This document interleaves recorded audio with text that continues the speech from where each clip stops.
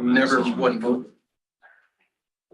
I got buried in People can see my sign. on the interstate. No. Maybe, that took a while. They can't. Just these are flying. This way. There should be a crime scene. Other than. Wow. We're broadcasting. This is the hybrid meeting of the city council. Members of the public can view this meeting live on Channel 8 City's website, YouTube. 5 Spanish translation services are being provided for tonight's council meeting by telephone. Please dial 720-386-9023 and use code 104091 *. Se ofrecen servicios de interpretación en español para esta reunión del Consejo Municipal por teléfono. Marque el número 720-386-9023 y utilice el código 104091#. All right, we'll call the special meeting to order. Ask the clerk to call the roll. Mayor Huseman. Present. Mayor Pro Tem Alan Thomas. Present. Councilmember Madera. Councilmember Chacon. Present. Councilmember Noble. Present. Councilmember Hurst. Present. Councilmember Kim. Here. Councilmember Ford. Present. Councilmember Douglas. Present. Mayor Huseman, you have a quorum. Thank you. Look for a motion second. Excuse the member not present. Councilmember Ford. So moved. Councilmember Hurst. Second. I have a motion second to excuse the member not present. Is there any discussion? Hearing no request for. Yes, ma'am. Just, is it excuse me? Notify here and the city manager, he wasn't gonna be present.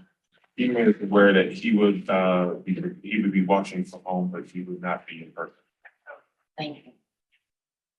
Motion second to excuse the member not present. Is there any discussion? Seeing no request, further request for discussion, do a voice vote. All those in favor? Aye. Opposed? Motion carries unanimously 8-0. And move on to resolution 2023-121, the second amendment to an employment agreement. Anybody have thoughts about any questions? Any request for questions? Look for a motion second to adopt resolution 2023-121. So, Mayor Pro Tem, So. Councilmember Kim. Second. Have a motion second to excuse or to adopt resolution 2023-121. Is there any discussion? I'd just like to continue to thank Sarah Geiger for her service to us as our interim city attorney. I think you've done a wonderful job and we appreciate you sticking through. All those in favor? Oh, wait a minute. Oh, we can't do that yet. No. Mr. Gibson, will you please read the title? Yes, Resolution 2023-121, a resolution approving Second Amendment to Employment Agreement of Interim City Attorney. All right, have a motion second to adopt resolution 2023-121. The title has been read. All those in favor? Aye. Any opposed? Motion carries unanimously. Now I need a motion to adjourn. And Mayor Pro Tem, so moved. Councilmember Kim. Second. Have a motion second to adjourn. Is there any discussion? Seeing no request for discussion, do a voice vote. All those in favor? Aye. Any opposed? Motion carries unanimously. We'll see you all next week.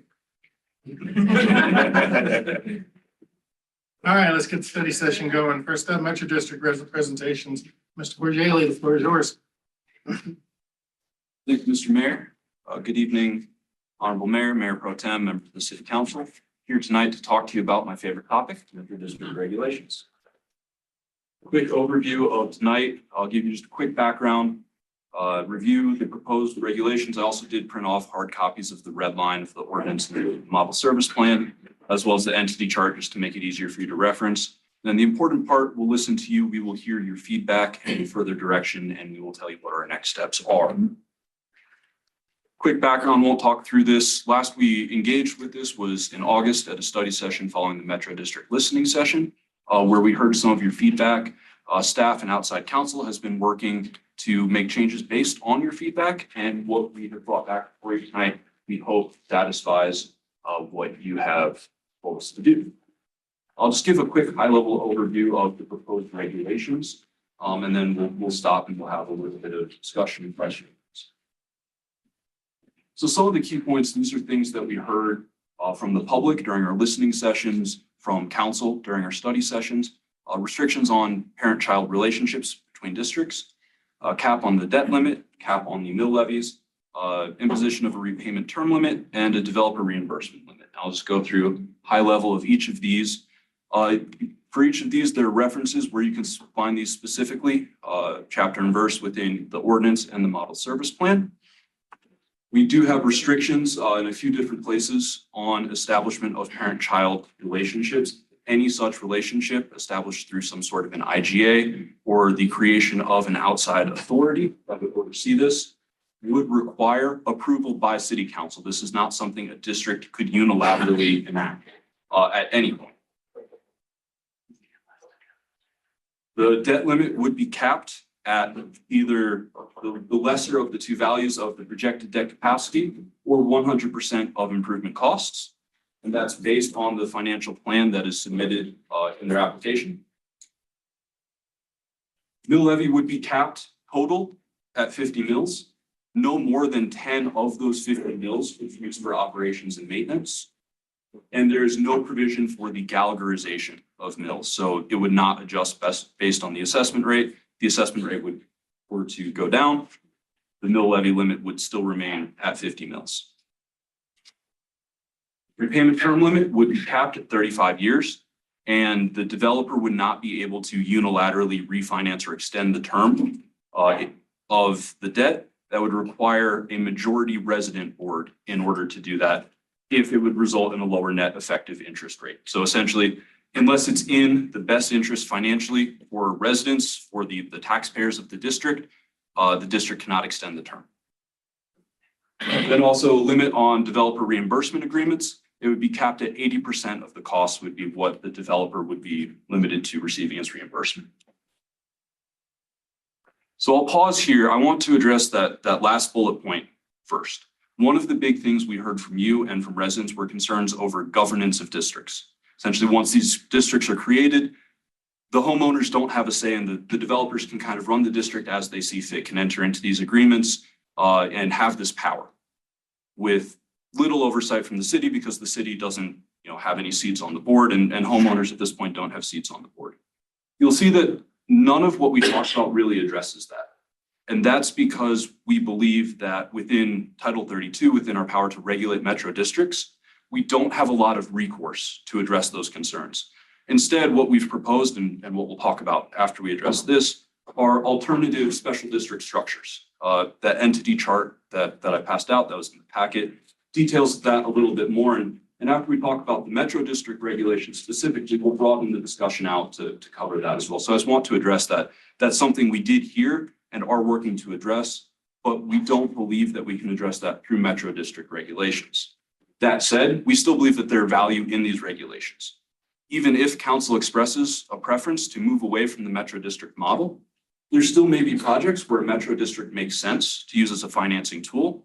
And it would be good to have these regulations in place, or if a district were to come before council asking for an amendment, it would also be good to have these regulations in place so that we could update their service plans to be in compliance with these. So even if council does want to move away from the metro district, we still believe that these regulations meet what council has directed us to do, and that there's value in considering them still. Oh no, I broke it. Oh. Okay, well.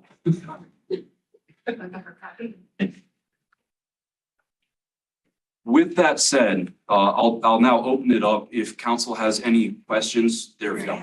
It's back. If council has, the first question is, do these regulations fulfill what council directed us to do, and what revisions are necessary? Keeping in mind that if there's a lot of back and forth on a particular issue, when we bring this ordinance for council's consideration, we can prepare amendments ahead of time so that council can decide at that point. And also, does council like these? Essentially, what changes would you like to see? Does council wish to bring this forward as an ordinance for consideration? And are there any particular questions? I'm available. And we also have Dalton Kelly, who played a big part in writing these, for any more technical questions as well. Thank you. Councilmember Dolan. Thank you for all the work that you've put into this. I do actually have 8 things. One of them is when you're talking about the parent-child districts and that a city council could decide to allow it under certain circumstances. my only issue with that is that it would be 5 people, a majority of a city council, making a decision that would burden homeowners in perpetuity with certain obligations.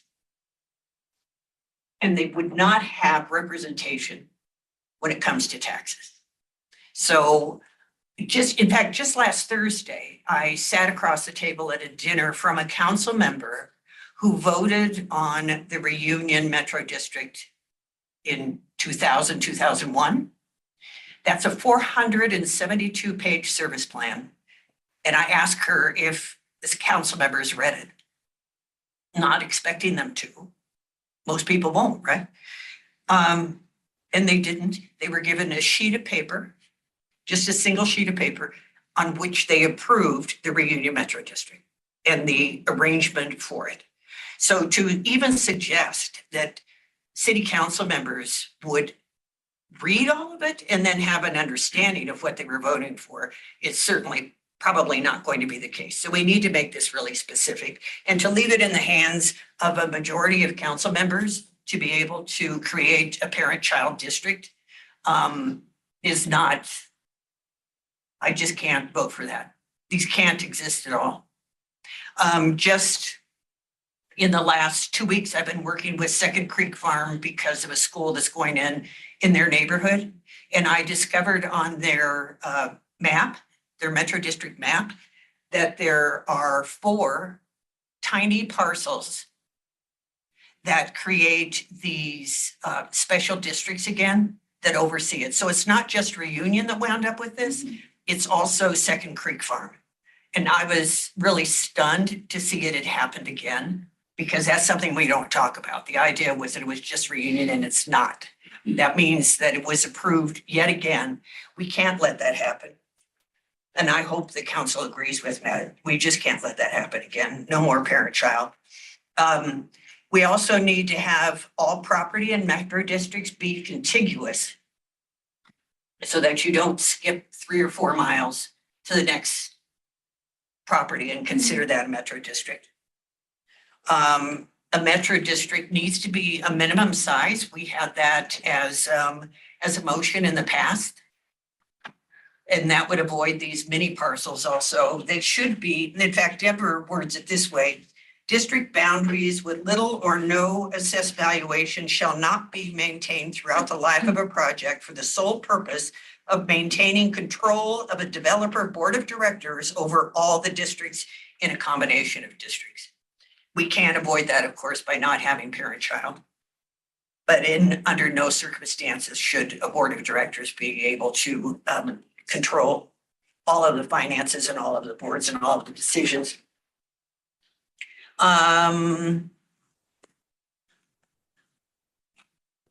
Is there a way to enable residents to be able to vote on all ballot issues?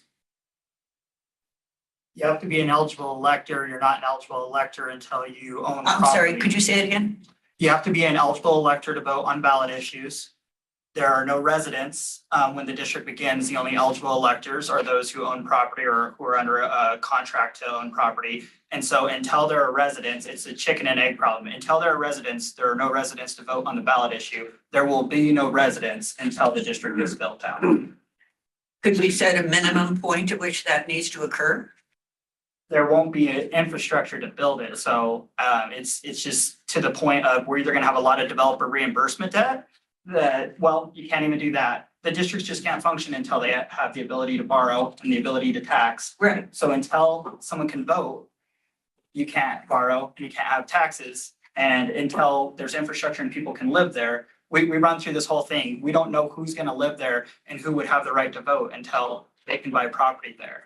And so that's where talking about these other governance structures might get at those issues more. Right. But ultimately, someone is going to be making these calls who, under the statute, is the eligible elector, and there's just not going to be people in the district until basically the districts start doing these things. We recently learned that bond language allows for the mill levy to fluctuate based on valuation. And if the bond language doesn't allow it, then it might not occur. would we be able to make a requirement regarding inclusion in bond language? All of their bond language is the same as your NIGID bond language. It is as flexible as absolutely possible as far as setting your total repayment, your max annual, and then the mill levy is allowed to go up or down, so long as it doesn't hit that max annual. The difference you're seeing between metro districts and what you've recently seen with your NIGID is you have level debt service that then caps your payment. And so then as assessed value goes up, so if your level debt service is $10 million a year, as your assessed value goes up, you're gonna need less mills to take care of that. And so that's what allows the mill levy to go down. What you'll see in the revised ordinance and in the model service plan is there's a requirement to have level debt service after 10 years. And this is from the concern that we've heard about. We want that biannual growth to result in lowered mill levies or paying off debt sooner rather than increased debt capacity. And so we've tried to incorporate that, but yes, most or all ballot questions that I've seen allow for the mill levy can go up or down. It's just whatever it takes to pay the bonds. Where you can control how that operates is then, are we bonding off of pure capacity, or are we setting level debt service to where those benefits and assessed value will result in lower pay or lower mill levies down the road? And so we've tried to address that. And did we put, we did approved meetings within a certain distance of the district boundaries? Is that still in there? That's in there. And there also is the size limitation, nothing smaller than 5 acres. Also happy if you want to send over that language from Denver, we can either have that as an amendment or put that in the plan. Okay, great. And then ultimately though, which is the suggestion of not even doing metro districts and doing government improvement districts, because a government doesn't operate on a profit basis. They just want to get the project accomplished on behalf of the community. They're not factoring in all of those other pieces to it. And I'm glad that you have a table on it.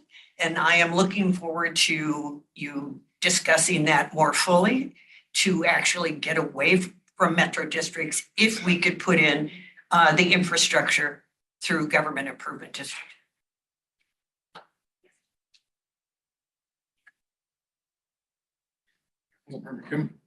Just a few comments. John, thank you so much for putting this all together. I know it's been a wonderful about 2 years for you or so doing this. Few comments I have. There was a mention in here roughly about Tabor. I don't remember where it was located at, but honestly, I think one of the recommendations I would have is adding a clause that reduces, was it 17? There's my recommendation would be is to adding a clause that reduces service plans borrowing power for every dollar of additional borrowing power that's available. Part of the disclosures as well I'm looking at is to require developers to disclose the economics of the land development project if they want to receive government subsidies for the land development projects. Right now, there are several land development projects where developers are using metro districts financing essentially to increase their return on investment.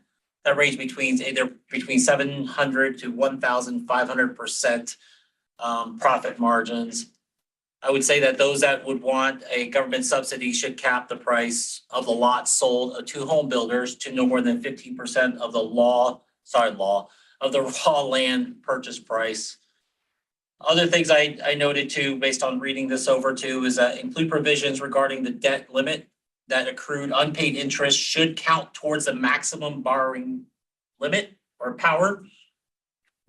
This provision could result this provision could reduce the use of capital appreciation bonds where districts cannot borrow more to fund the interest payments that are due. Issuance of debts, allowing developers to issue the debt towards a district means potentially the public financial markets would allow the developer to borrow what they think districts can't afford to borrow. I'm not sure if I really like that idea. I think that was in there too somewhere. I can't remember where I read that. As far as quarterly reporting, if the city is allowing developers to construct public infrastructure, I believe this would hinder some public infrastructure development to occur in the city, especially when you're requiring it on a quarterly basis. Quarterly reporting would make more sense if the district is acting as a general contractor by hiring developer as a subcontractor to perform the work. One last comment and question. I agree with what Councilwoman Noble said as far as what she put out there. I honestly don't think postage side stamps types of districts, let's call it what it is. It is a master slave district. I understand parent child is the right way, but the way things are running right now, it is really killing the homeowners. Back in a couple of weeks ago, I think I saw on one of the Reunion Metro District's board how they said that they were going to, they set the mill levies back to 2021 mill levy, the mill levies, which is 88 mills. That's great. However, the problem that we have with that is, as we all know, our assessed values went up. So can you imagine there's probably about 30 to 40% extra revenue on top of that? That's great for them, but it's still horrible for homeowners that live in that district. Is there anything, I guess the question I really have then at the end of the day, is there anything on plans that will identify potentially material modification policies? Yes, sir. I don't remember if I saw that The or not. definition of material modifications is set out in the ordinance. Defines section 13-1001. The handout I gave you is at the bottom of that page. That has the definition of a material modification.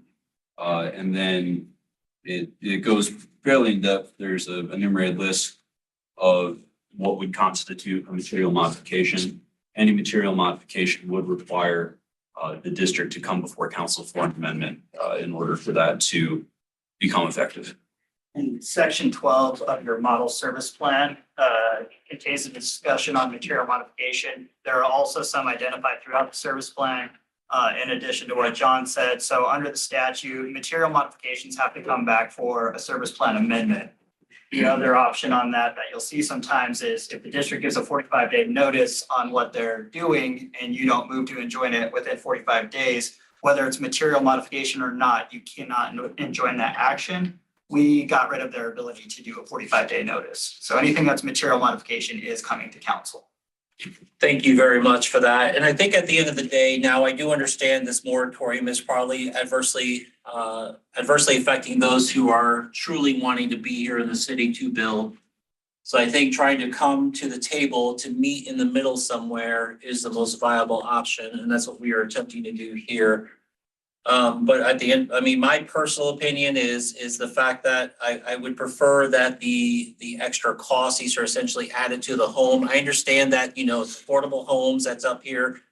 But at the same time, when you get taxed $6,000 from mill levies, from a metro district a year later or so, you're kind of like, wow, I thought this house was affordable, but it wasn't.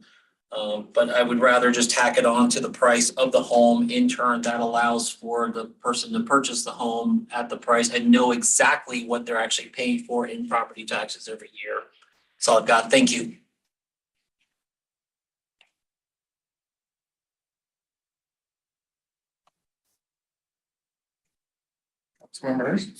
Yeah, I don't think there should be a plan or an option for us to do the parent-child.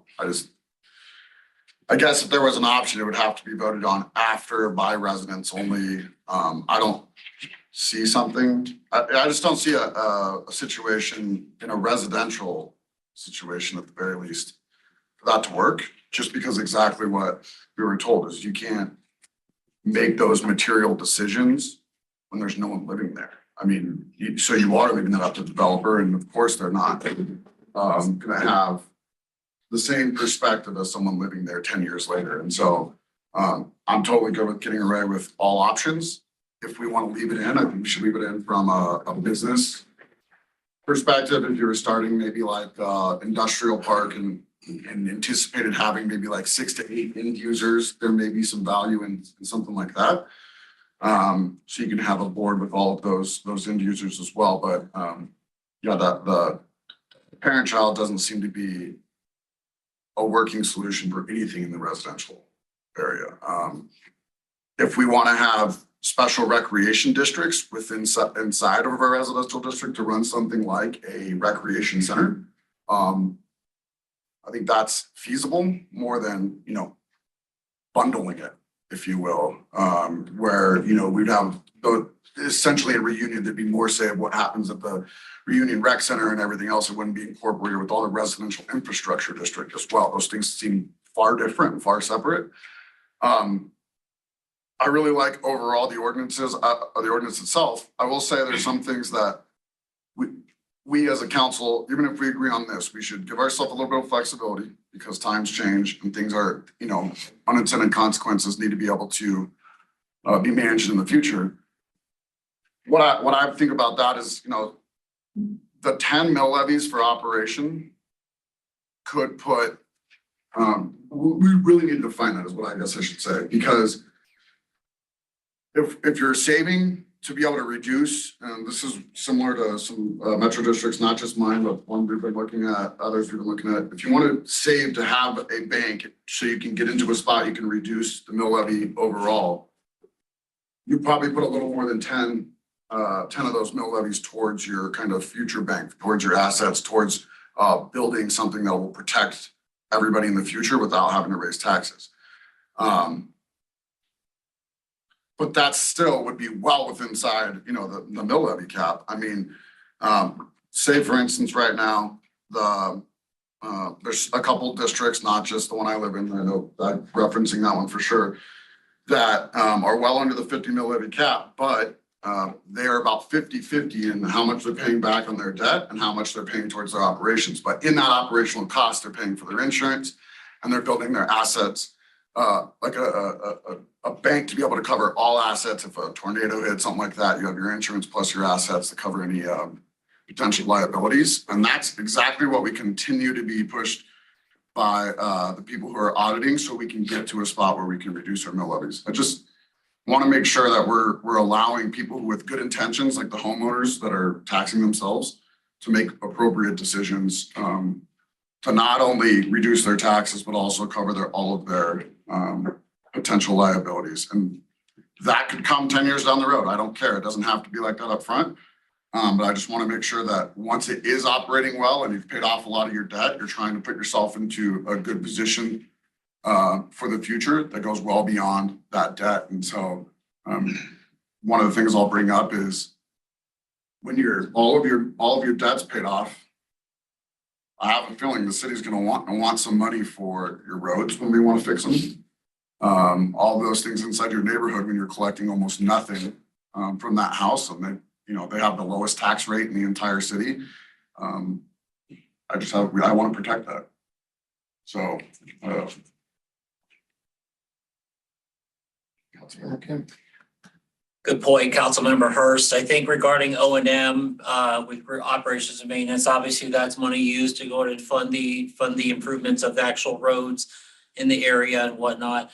The 10 mil levy cap, is that possible as something we can add into property taxes for homeowners to secure versus, so let me back up here. So I look at Reunion Metro District. And I look at the different slave districts, 1, 2, 3, 4. You've got an operations and maintenance that's actually line item in there. And it's supposed to be used for infrastructure improvements or, roadways such as so forth. I think on average for Reunion Metro District, I think we're anywhere between 17 and 30 mils. So I guess my question is it possible that we could set that through property taxes where that could be deducted through the homeowners income tax returns? I don't know, I'm asking. So can I just ask you something, Councilmember Kim? Sure. What is Reunion Metro District doing regarding roads? Because the city takes over maintenance of roads after the roads are built. So what are they doing with that? Okay, raising your hand. I'm sorry, I don't know. I really don't know. What they're supposed to be doing versus what they're doing, I really couldn't tell you. I think there are some Yeah, I really couldn't tell you. Is it the alleyways? Believe so, yeah. So Yeah, anyways, the ten O and M mills is typically for private or common area, not public areas, right of ways, roads, so. Once those roads are transferred over to the city, there's obviously no funding source that's being transferred over to the city in addition to that, so. What I've heard generally around this council is, right, we're taking actually on a burden, we're not taking on a benefit because we're not being offset for necessary O and M to our budget to maintain those roads. But you are getting that 10 mils as part of a service plan for private parks, private alleys, paseos, trails that they may have for their community. Councilmember Hurst. Yeah, I just want to clarify that because I did high level it. So what I was talking about where we're saving for liabilities is that like our Metro District owns the whole perimeter fence. That's $80,000 to replace, all the sidewalks that are kind of in that general use area that we plow during the winter. If those fall in disrepair or have elevation changes where we're gonna cost them the trip, we have to have the funding to be able to pay for that. So we're trying to get in front of that so we can reduce the O and M moving forward.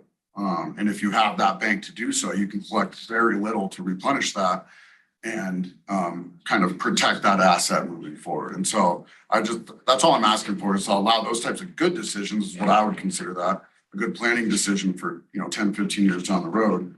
And that can help us, at least it will be in our situation, to propose a reduction in O and M and a little bit more reduction moving forward. So I think that's probably 10 to 15 years down the road from the initiation of a Metro District. You have to get into that good financial situation before that can happen. Just a question. I wanted a question. Just what is your operations mills in Buckley Ranch? 23, Pardon me? 23. 23. thank you. Just curious, could the city plan to construct and own the park? But it would only be built once all the lots were purchased and developed. And then that would determine a separate need for a separate mill. So yes, that would more likely be under zoning from a trigger standpoint on when the timing of that park would have to be built. We've not been consistent in the past about how we're doing that, but there's nothing stopping us from saying when you get to 101st lot for approval, you have to build X park. So that way there's a timing mechanism to that. Was that generally what your question was, Ben? Fine, because I kind of made a few notes because it's like, I was saying like in this approach, the upkeep of the operational fund fall under the city's supervision. And a modest levy would be linked to the homeowners residing there as a means of tax relief, wouldn't it? Possibly. Mayor Pro Tem, and one thing that council member or City Manager Rogers, when we worked on this last time, something we put in here talking about this, essentially they build it and then the city takes it over. There's a concept of a regional improvement mill levy here. And so something like that could be a regional improvement, if they're taxing the district residents is something that would benefit the district. And so if the city were going to do that park or they put together some of these roads, that mill levy revenue that's levied in there for regional improvements that's remitted to the city then could be used for that use. And so we do have a concept of trying to get the city some essentially what either new improvement money that you need for widening large thoroughfares or O and M down the road. So there's the concept of that mill levy under the service plan. I think there's good intention in trying to cap the O and M mill levy. But I think that you run into some problems. For instance, our district that we currently reside in is paying for the water, is paying for the landscapers, is paying for, services that go out there that are beyond just management of the district. When I first got on our Metro District Board, we were paying about 27 mils in O and M. And none of those services were being provided. it was 100% going to the attorney that was managing the district, the accounting firm, the auditing firm, and that's pretty much it. So now the mill levy is less than what it was, yet these additional services are being out there. So when you talk about O&M, I think you really have to delineate what it is you're talking about. Are you talking about management of the district? I'm all for, yes, absolutely. Let's limit the amount that these parasites can make off the fact that the district exists. And that's what some of these law firms and accounting firms, and they're all incestuous because they're all on the same district over and over. And you can look up a builder and you can know exactly, tell me a builder and I'll tell you who their lawyer is. Tell me, I'll tell you who their accountant is, because they're all incestuous like that. And they all work together time and time again. Those are the ones that I think the desire is to try to limit. But you can't limit the ability of the district to be able to provide tangible services that otherwise would be an HOA due on top of the mill district, on top of all that other stuff like that. But what I have seen though is now we're starting to see where certain district managers have found that they can charge you an O&M fee on the bond mill levy. And so they're actually using that bond mill levy to pay O&M fees because they're managing the bonds that are taking place and managing the payments to the bonds and things of that nature. Now they've figured out a way to double dip, basically. They've figured out, the district managers have figured out how it is they can get more money out of the taxpayer. And, oh, by the way, let's slide this in here where most people are not actually seeing the fact that this is taking place. Things like that are what make this entire thing full of bad actors, because they're finding new and creative ways to be able to increase their money coming in when technically, based on valuations, the mill levy should have been going down, But instead, oh, we kept your mill levy the same. We've done good. We're not raising your taxes. Yeah, you did, just because the valuation went up. The other thing I don't like in any of the service plans is there's a clause in there that says if the valuation goes over 50% of the bonds, we can put your mill levy wherever we want. Now, I haven't heard of any districts doing this, thankfully, but there's a clause in the service plans that say, once we hit this trigger point, we're no longer bound by the mill levy cap that is put in place in the service plan. That clause needs to be ripped out of every single service plan that potentially goes forward, if it does go forward.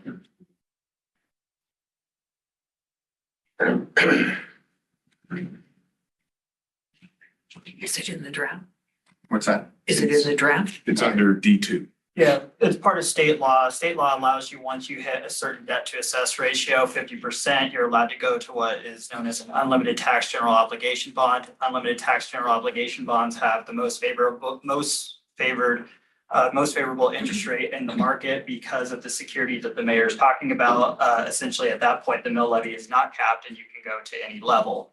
Once you hit that 50% debt to assess, assuming it was the General Assembly's thought that you have the assessed value that your mill levy is probably not going above what it is, but there is no limit on it. So if for some reason your assessed value started to drop or your payments went really high, you would raise that mill levy above the 50.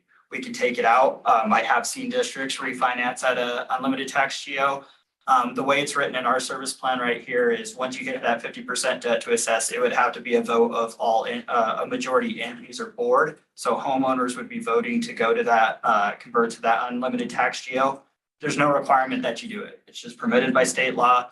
The benefit is potential interest rates, savings in rating, but you're weighing that against the protection of a limited cap mill levy. And so those are the back and forth with it. The protection we put in is you have to have a majority of end users casting that vote, that's what you're gonna do.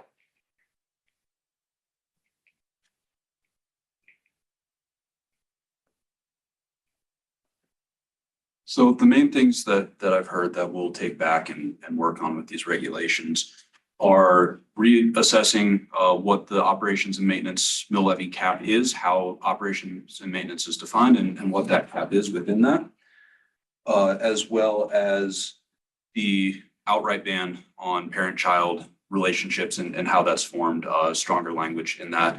We'll also, based on some of the comments that we've heard, the language from Denver's ordinance, some of the other comments we've heard, prepare some amendments that when this comes forward for consideration, council can make a determination on. Are there any other comments on Metro District regulations before we move on to looking at the alternative structures? Councilmember Hurst. John, I just want to know, you know, in this conversation, there's been a lot of small business owners too that have brought up the impacts to their business. In a similar fashion, but their tax rate's higher than residential, obviously. And so lots of overlap in that argument. And I want to know if we're considering anything that looks at that from a business perspective on protecting, like, look, just as, you know, we all look to educate homeowners, especially new homeowners who've never lived in a metro district before, I think small business owner can have that same level of excitement, wanting to jump into a deal and take that risk. And we need to be kind of, we need to ensure that they understand too what they're getting into. And I just, you know, I've heard small businesses recently tell me how much their tax rate is, and it's like what you would expect them to pay a senior level manager per year. Certainly, assuming that, you know, these regulations are enacted, that we move forward with this and with examining alternative structures, one of the things we will do is take this on the road, go talk to residents, to homeowners, to small business owners, make sure that we put education for what these new regulations mean and what it means to be in a metropolitan district. I just wanted to make sure that we consider that, because as I start to hear people talking about, you know, struggling to start a small business, if they're not already in a like to go build your own building, start a small business in Commerce City, really in most places in Colorado right now, is incredibly tough because of the upfront costs. That allows a small business owner to spread that out. Obviously, we'd only want that by choice, but if I had, you know, 20 years to pay off infrastructure debt to build my small business, I could back into that loan and really focus on building my business to a successful point where I could pay that off. And so I want us to make sure that we're thinking along those lines, because if not, we'll continue to struggle to see that those real core small businesses develop. So if I may ask you all this question, because I think it's going to get to your point.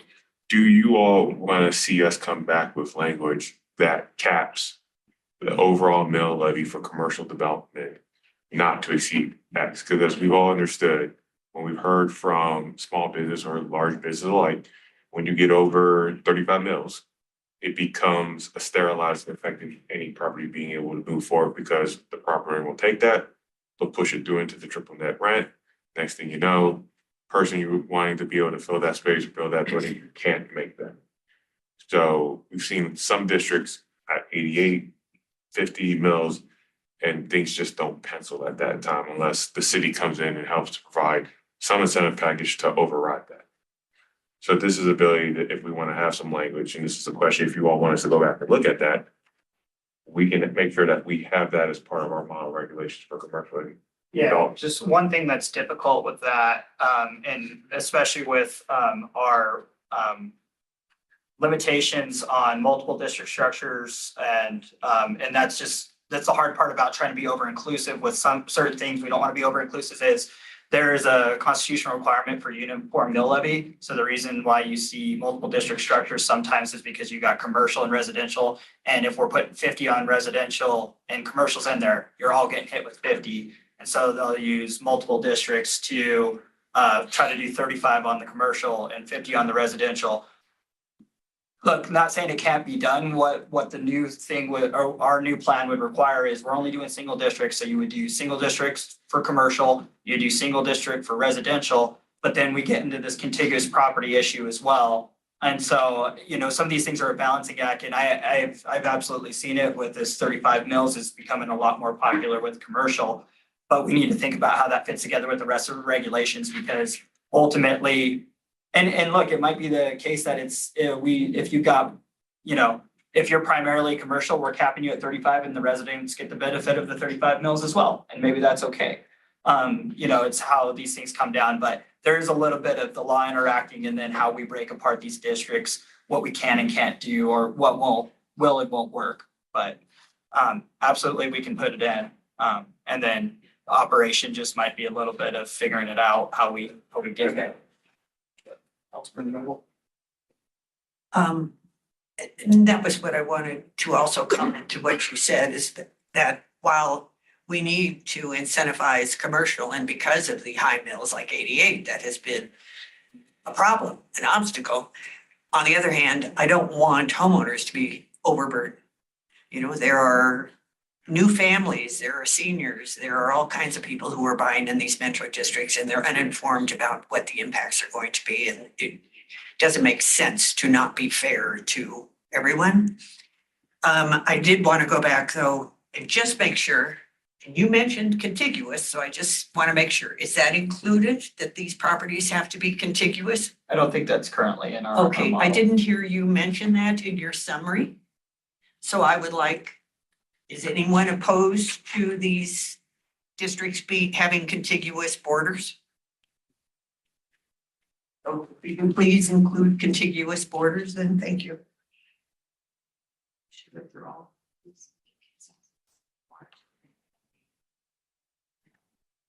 All right, so before we move on to discussing the alternate structures, I just want to make sure that we have everything captured. Just want to hit the high level again of what we've discussed to make sure we have general consensus on how we'll move forward. So for parent-child district restrictions, what I've heard is that we want to include stronger language to make sure we curtail any sort of parent-child restrictions and not make it possible for council to approve that. No objections. The debt limit cap, I haven't heard anything on that.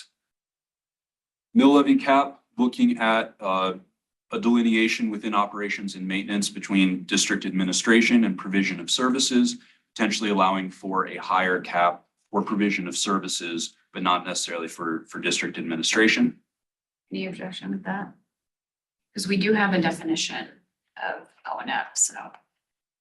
Repayment term limit, have heard nothing on that. Same for developer reimbursement limit. And then also looking at potentially the delineation of commercial districts versus residential districts, as well as providing a requirement for contiguous property borders. You may want to ask the question about 50% of the district's assessed valuation Yes. and whether or not to strip that from our regulations. We had a motion, we had a Question about that. a recommendation on the floor to strip that.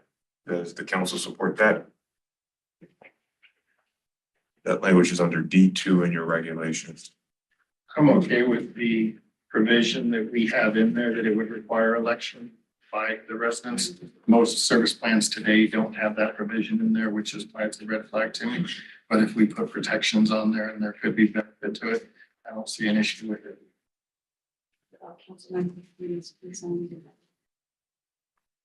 Financing. It's, that was the unpaid accrued interest costs. And Something about 15% of the land purchase price.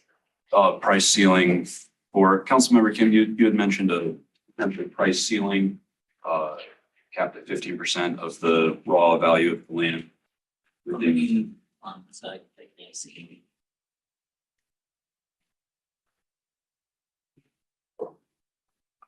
So government subsidies should be capped the price of lots sold to home builders to no more than 15% of the raw land purchase price.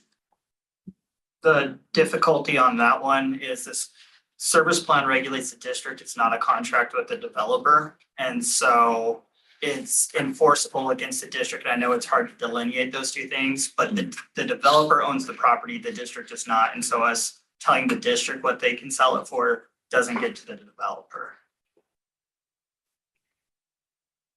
We do have as part of materials that have to be submitted that we can ask for pro forma and other sorts of things. And so if they don't need public subsidy, we don't approve the plan, and that is part of the materials. And so I think that's part of the front side of this is we can always look to see what is in there. There is a, the policy is extraordinary need and what are you actually doing? Why do you need a district?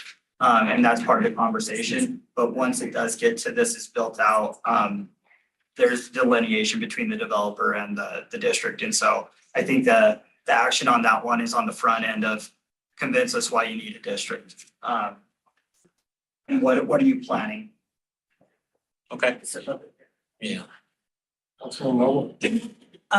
I just wanted to help the folks who are watching and to reintroduce our legal consultant who is speaking from the sidelines. Could you please reintroduce him? Yes, this is Dalton Kelly with Butler Snow. We have retained him as outside counsel. He is an expert in special district law and has helped us prepare the ordinance and model service plan we're discussing this evening. Thank you very kindly. And I did want to make certain that we're going to look at these other financing options in case we don't do metro districts at all. Yes, ma'am. So another thing I'd like to see in there is the length of term for somebody who serves on a Metro District Board. If you are a developer representative and you're on the board because your developer is still controlling the board 100%, those terms should be 1 year at a time. If you're a resident, then you can have 3 or 4 years, whatever it is they want to set out there. But what I don't want to see is that seat is tied up for a significant period of time while residents are clamoring to get on the board and be able to make a change in what's going on in their district. So I think if you don't own a specific house in that district, then you should only be allowed to serve 1 year at a time. And that way it encourages homeowner control. Councilmember Noble?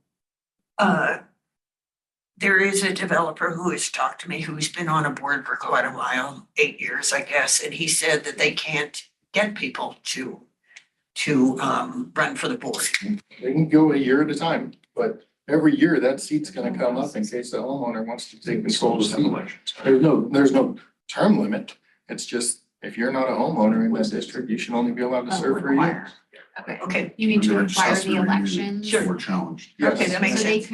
they could re-elect the same. Yeah, they could board reelect the same person if nobody else goes out there, but again, it's preventing somebody from being tied up on that board for 4 years.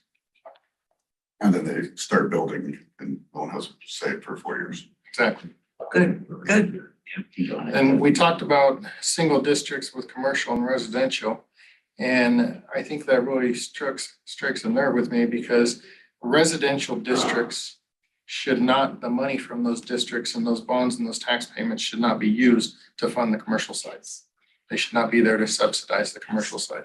So if you're putting forth both a residential and a commercial district, those costs need to be delineated between the two, and those costs should not be passed on.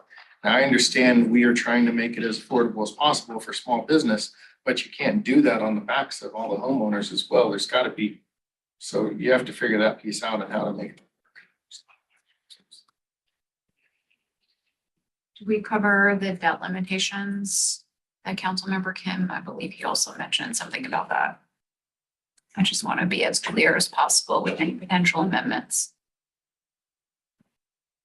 Good. Debt limitations, I think we did. I think Okay. the question was, well, it gets back to a fundamental question for the council is there was a recommendation on the table of having flexibility when it comes to Owen Mills, the O and M, and that a 10 mil levy debt cap may not be sufficient for the continuing care of those, but we have in the model regs a maximum total debt levy not to exceed 50, including the O and M mills. So there's a number of different ways to look at that, right? You separate the total mills out to where it's definitive on what the debt cap mill levy may be on outside of that, and then the flexibility on the O and M or a different approach. But I guess the question is, do you want that flexibility of being able to go above 10 mils? If there's some language that can be captured about the overall debt cap limitation. I think you have to figure out what is a reasonable cost for the actual management of the district? What is a reasonable cost for landscaping in the district or for providing those other services in order to back up what your mill levy is going to be for O and M? So. You know, but I can't say, make it a 25 mil levy O and M. Then you have a district who is not providing a single service that is just being managed and they're charging the full 25 mils and that's all going to the parasites. As opposed to another district that is charging 25 mils, but they're doing all these other functions out there to benefit the homeowner. So there's gotta be a way to figure out what is a reasonable cost that goes out there. And that mill levy and those costs should be driven by how many houses are in the district and how much space we're actually talking about. How much landscaping are we doing, snow removal, whatever it is that's taking place. There has to be a way to calculate that and make that actually justifiable. But you can't just say, here's a flat thing, because they're all different. I don't know how you get that in the service plan, Dalton. Do you have an idea? Well, 'Cause it I, seems- I at least have some ideas on how we can get at the mayor's concern here, because our definition of operation and maintenance is split A and B. And A is really your capital, your repair, and your B is these administrative costs. And so I think we could bifurcate what qualifies as administrative O&M and what qualifies as just more, actual maintenance of the district. And then you're capping the mills for the administrative part at a much lower cap. So whether that's 3 mills, 5 mills, whatever that is, because I do understand the hard thing is estimating down the road. And we've seen this concern too. If we built this beautiful district, we have these parks, but we don't have 10 mills isn't getting it done to take care of that. Now, whether they're putting all 10 mills at it or not is a question. But I think if we can bifurcate what's happening there, then when they come back to the council and say, hey, 10 mills isn't getting it done for our parks and our water, then it's a lot easier to say, okay, we'll increase that one, but not this other one. So maybe that's at least a way of getting at it. Look, it sounds like you're not gonna get the detailed information prospectively. So if Yeah. you cap the mill levy, if you do 5 mills for administrative, then you know they can't go, instead of just doing the straight 10 mil. If you do 5 mil for admin. And then maybe you don't say anything for the operations part, or split it and do 5, I don't know. You can do I that. think we'll have to circle back and see what we're able to come up with, because I don't know if we'll be able to on the fly. But I think we got, So I think if you ended up with a 25 mil levy cap on the O&M with a maximum of 5 going for administrative functions. Seems like there's a little place going. So 75. No, You're still within your 50 cap. maximum of 50. 25 of which can be O&M, and only 5 of that 25 can be administrative. So you're basically 25 back to that 25. 25 can be bond, 25 can be O&M, with only 5 of that to the leaches. So you could do all 50 for that, or you could do, yeah. so that's. But you could never do 50 because there's certain requirements for having this district that go. And again, it's a self-serving industry where they have to have somebody to the audit, the Yeah, well, CPA, yeah, they need the everybody, money, yeah. so there has to be a function out there. So the maximum you could do 45 mils for bond, you could do 5 mils for administrative, and then you could have nothing out there to be able to do a single thing benefit your homeowners. Some have done that. Councilmember Nolan. Did we build in all the costs of an application, amendment request, all that kind of thing? For the service plan? We have a fee requirement that they will pay the city for the initial processing and any requested amendments, any consents required under here, and for any enforcement actions required by the city. This Denver says shall pay all reasonable consultant, legal, and other costs and expenses incurred by the city that may be required in the process of reviewing the draft service plan, documents related to the debt issue, or other such costs and expenses as may be necessary to interface with such requests. All such costs and expenses shall be paid within 30 days of receipt of an invoice for these additional costs and expenses. Yeah, section 13-1003 is your fees under your ordinance. We can keep a timeline on that.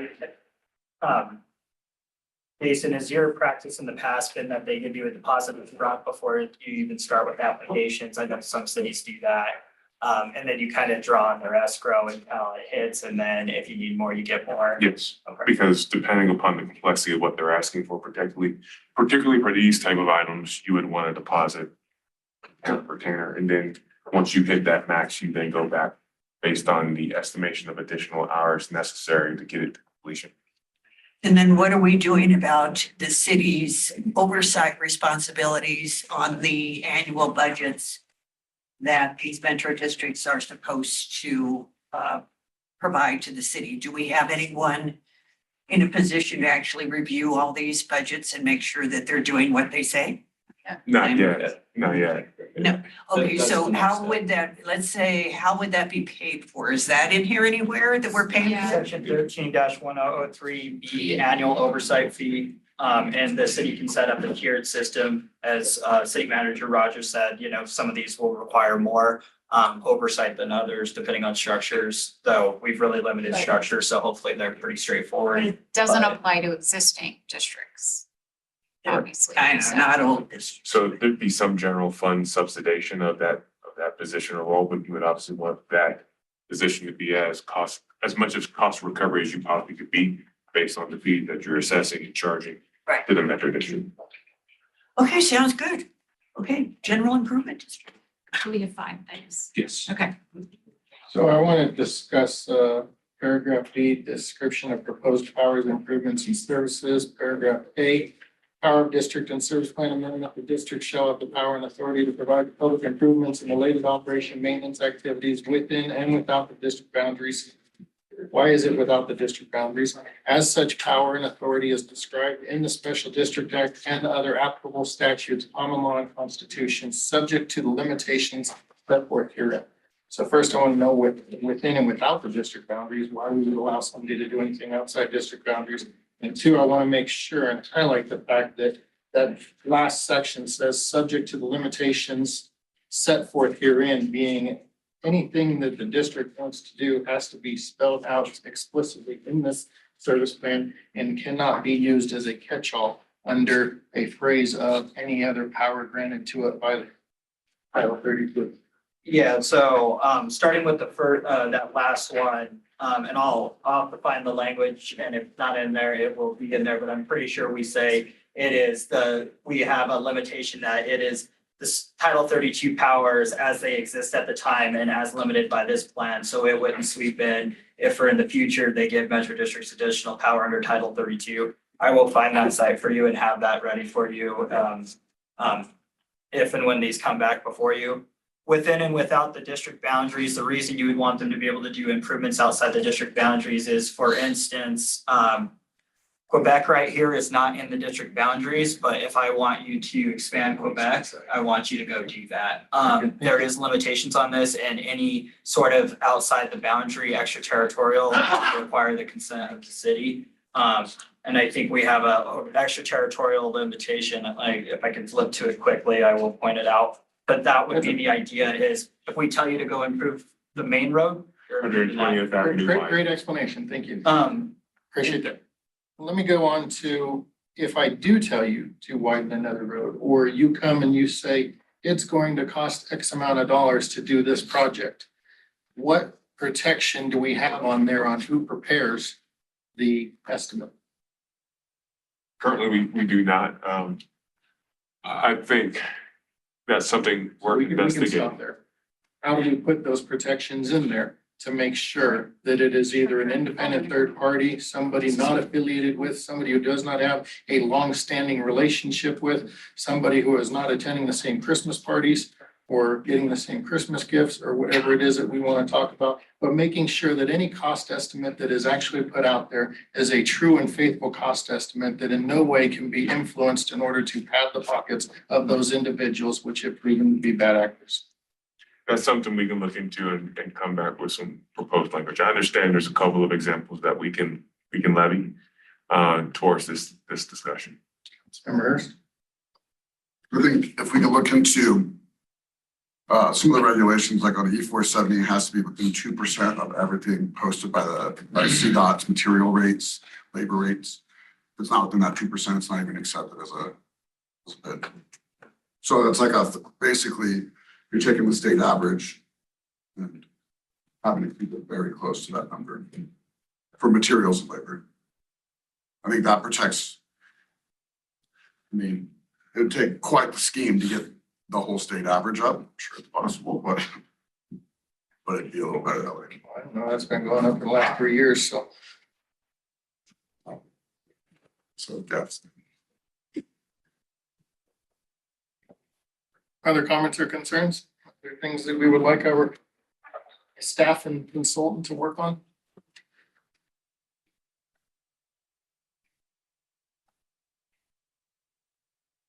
In that case, and I know we've already taken a lot of your time this evening, so I want to keep this next part fairly quick. But just a quick overview of some alternative structures. We've discussed regulations for metro districts, but we understand that these regulations don't address some of the core concerns of council and of residents about governance. So we have also examined potential alternatives moving forward, moving away from the model of metropolitan districts. The three that we've identified are general improvement districts, special improvement districts, and business improvement districts. More detailed information is available in that handout that you have before you this evening. I will admit I'm not as much of an expert in these areas and will likely defer to Mr. Kelly on most questions on this, but the main question is, does council wish to move away from metropolitan districts towards one of these structures? And does council wish to express a policy preference that projects be financed through a particular mechanism? I appreciate the fact that you brought this forward. I think though the problem is you have us at a disadvantage in that most of us don't know the intricacies of each one of these individual things. So I would ask that you compile more information and bring that information to us on the pros and cons, examples of how this works and what exactly we would be looking at. But just looking at a chart here, I think, it's a beautiful chart and everything. I wish it was digital so I could actually freeze the top pane and be able to look at it. But I just find it difficult to say this is better than other. I have long said that I think that lids and SIDS is an answer to get us to where we need to be without having the tax burden that is with metro districts. SIDS and lids are popular in other parts of the country, but haven't been adopted here in Colorado in the same manner. Would love to see an exploration of that, but really would prefer a deep dive into all of those to really determine if that is the best path forward. Understood, sir. Councilmember Noble. I was looking at the general improvement district and it talked about that there would be a petition must be signed by 30% or 200 electors of the proposed district. So we do have government improvement districts right now That's that correct. have paid for some infrastructure. Yes, ma'am. Who voted on those government improvement districts I to launch assume, them? I assume it would have been the electors at the time that would, correct me here, the electors at the time that would have been under the initial GID plus those who fall within the potential expansion of those boundaries as identified. Who are they? Are they developers are you referring to or who? We have to go back and pull our files to see specifically who those would have. Or been. landowners, I mean? Landowners, yes, ma'am. Yeah, it's residents and landowners, and I think it depends on the way they were formed with the ECA and ERA and the NIGID. I know my colleagues worked on those elections, Yeah. but I did not, so I'd have to look back to see kind of what that, how many electors, who they kind of were. I'd have to look at those. Yeah, so my only concern was even though I think a general improvement district having the city operate these infrastructures makes perfectly good sense because there's not the profit motive built into it.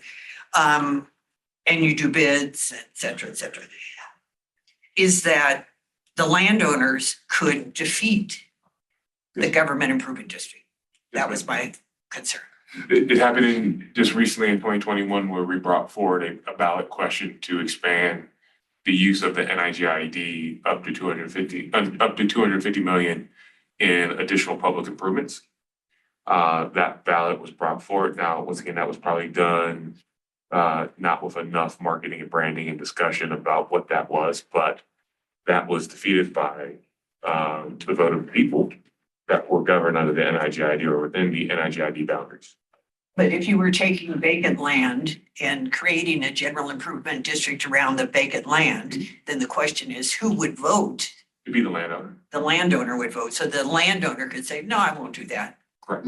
I will do a metro district, but I won't do a government improvement district even because I want to make money. I want to profit and I want to have my deals going. Okay. And that's where the policy comes in, and I know we've taken enough of your time. I think the fundamental question is, how does infrastructure get funded? Do we want to use special taxing districts at all? Growth paying its own way, how do we limit, who that burden falls on and which tools are best? The you know, if they don't want the metro districts, or if they don't want to do a GID and you don't want to give them metro districts, then maybe it's not gonna go. And I think maybe that's what we're weighing against here. The benefit is anything that is the SID or the GID, the city is the board. And so no matter what they authorize or bring to you, you're making the ultimate decision. The business improvement district, there are 4 different structures. The benefit of that one in particular is commercial owners get to vote, which for the small businesses and others getting to appoint somebody. Also, as far as our discussion earlier about what mills get put on commercial versus others, you can only impose the financial tools of a bid on commercial property. All of this to say, I hear the mayor loud and clear, we need a deeper dive in these things and we can bring you more details. I think as Mr. Borchelli said earlier, you know, the Metro District regulations at least start your policy on those, and then anything with these other options can fit together and supplement, and then you can set policy preferences on, we prefer GIDs, we'll do, you know, these other types of districts. But I think having regulations in place until we get to that point is important, so we appreciate your feedback tonight. That's fair. Thank you. On that case, we will work to make the revisions we have discussed to the ordinance and model service plan. We are targeting, Mr. Rogers, the 20th of November. 20th of November, if we continue to hold that meeting, you will have not made a decision if you are going to be canceling the Monday before Thanksgiving. That would be 11/20. Probably wouldn't want to target the 20th of November then. Yeah. Understood. Perfect. We'll target the soonest possible date to bring these back before you for consideration. We will also work to prepare a study session with a deeper dive on alternative structures. So just a point of clarification, what we understood and what we heard was that there was a willingness to bring an ordinance forward based on the changes that were discussed today. Is that correct? The earliest date that we had was 11/20. If that's not 11/20, the next earliest date would be 12/11. No. Needs to be before 12/11. We will talk internally, and at our next meeting on November 6th, we will outline what that date will be. If council is good with that before 12/11. I'm seeing shaking heads, so, okay. Because you only have We only December have, 4th, which is not. no, we could always schedule this. Special. We'd have to either do a special meeting or December 4th, so. Okay. We will bring that back.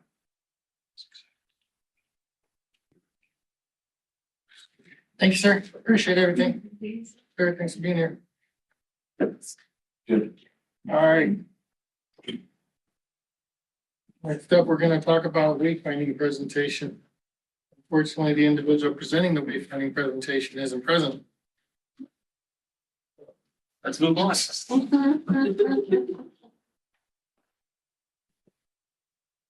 Unfortunately, the individual presenting the wayfinding presentation is not prepared to present her presentation.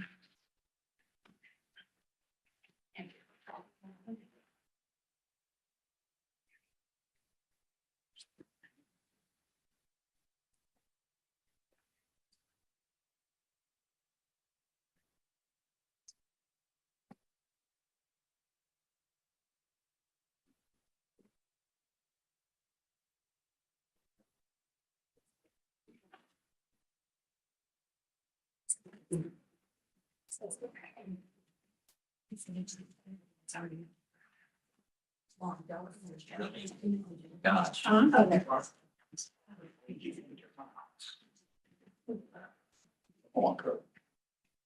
The way.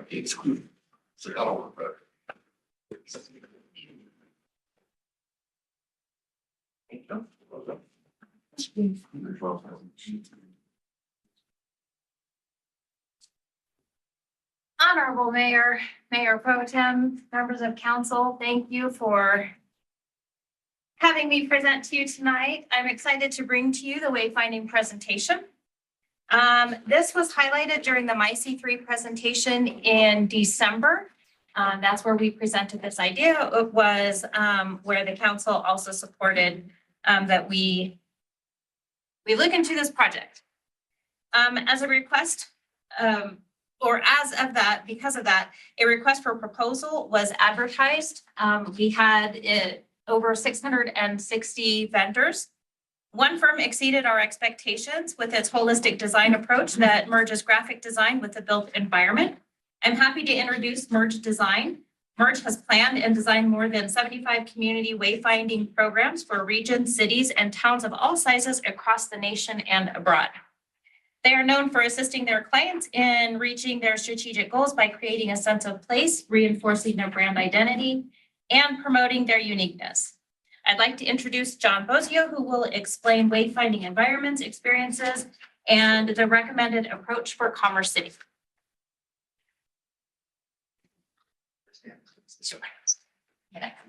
Move over to the side.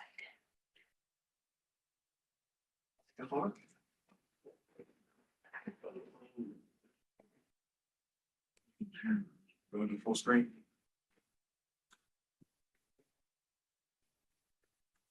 Full screen mode. Oh, there it is. Good afternoon, good evening. My name's John Bozio, I'm with Merge. We are an environmental graphic design firm and we focus on community wayfinding. These are just some of the cities that we've worked with across the country. We've done large downtowns as well as small communities. Locally, you may have seen our work in Parker, Colorado. We are currently working in Netherlands. And hopefully we can bring a lot of lessons learned from those projects that we've done across the US. Often people think when they hear wayfinding, they think I come into town, I run around and I put up signs everywhere. That's not what we do. Signs are a big part of it. It's what you see in that packet, but we think of wayfinding from a holistic standpoint. Right, so the moment someone decides to come to Commerce City, when they sit down at their computer, is there information there that can help them find their way? How are they using their phone to find their way? Is there a digital strategy that can be layered into the overall program? How does the environment play a role in finding your way? I can tell you as a first-time visitor, it's not easy to find your way around Commerce City. There's no landmarks. The infrastructure of the street grid is difficult to find. So those kind of things are not things that we can have a complete effect on, but they're things we need to be aware of as we look at wayfinding components. Support information, things like brochures and maps, and guides, all those things are wayfinding. So we want to make sure that those things, as well as the websites and other elements, all speak as one voice. And then there's signage. So if you think of the signage component of this project, you always think of it as big picture in. So gateways that welcome you to your community, wayfinding signs that direct you to things I can do while I'm here. You have assets that we need to promote. Wayfinding and community wayfinding is not simply about getting people from point A to point B. It's about building awareness of the assets in your community so people can experience it. So you think about directing people, then they get out of their car, maybe they're pedestrian in certain areas. You can have interpretive signs, all different types of elements. And these are just types of elements that you can start to think about. So gateway elements that welcome you to a place. They could be large or they could be small. Vehicular directional signs. So you have a lot of suburban higher speed roads, so you're going to need larger signs there. But when you get into lower speeds, you can have a smaller scale sign. We are guided by certain engineering criteria as well.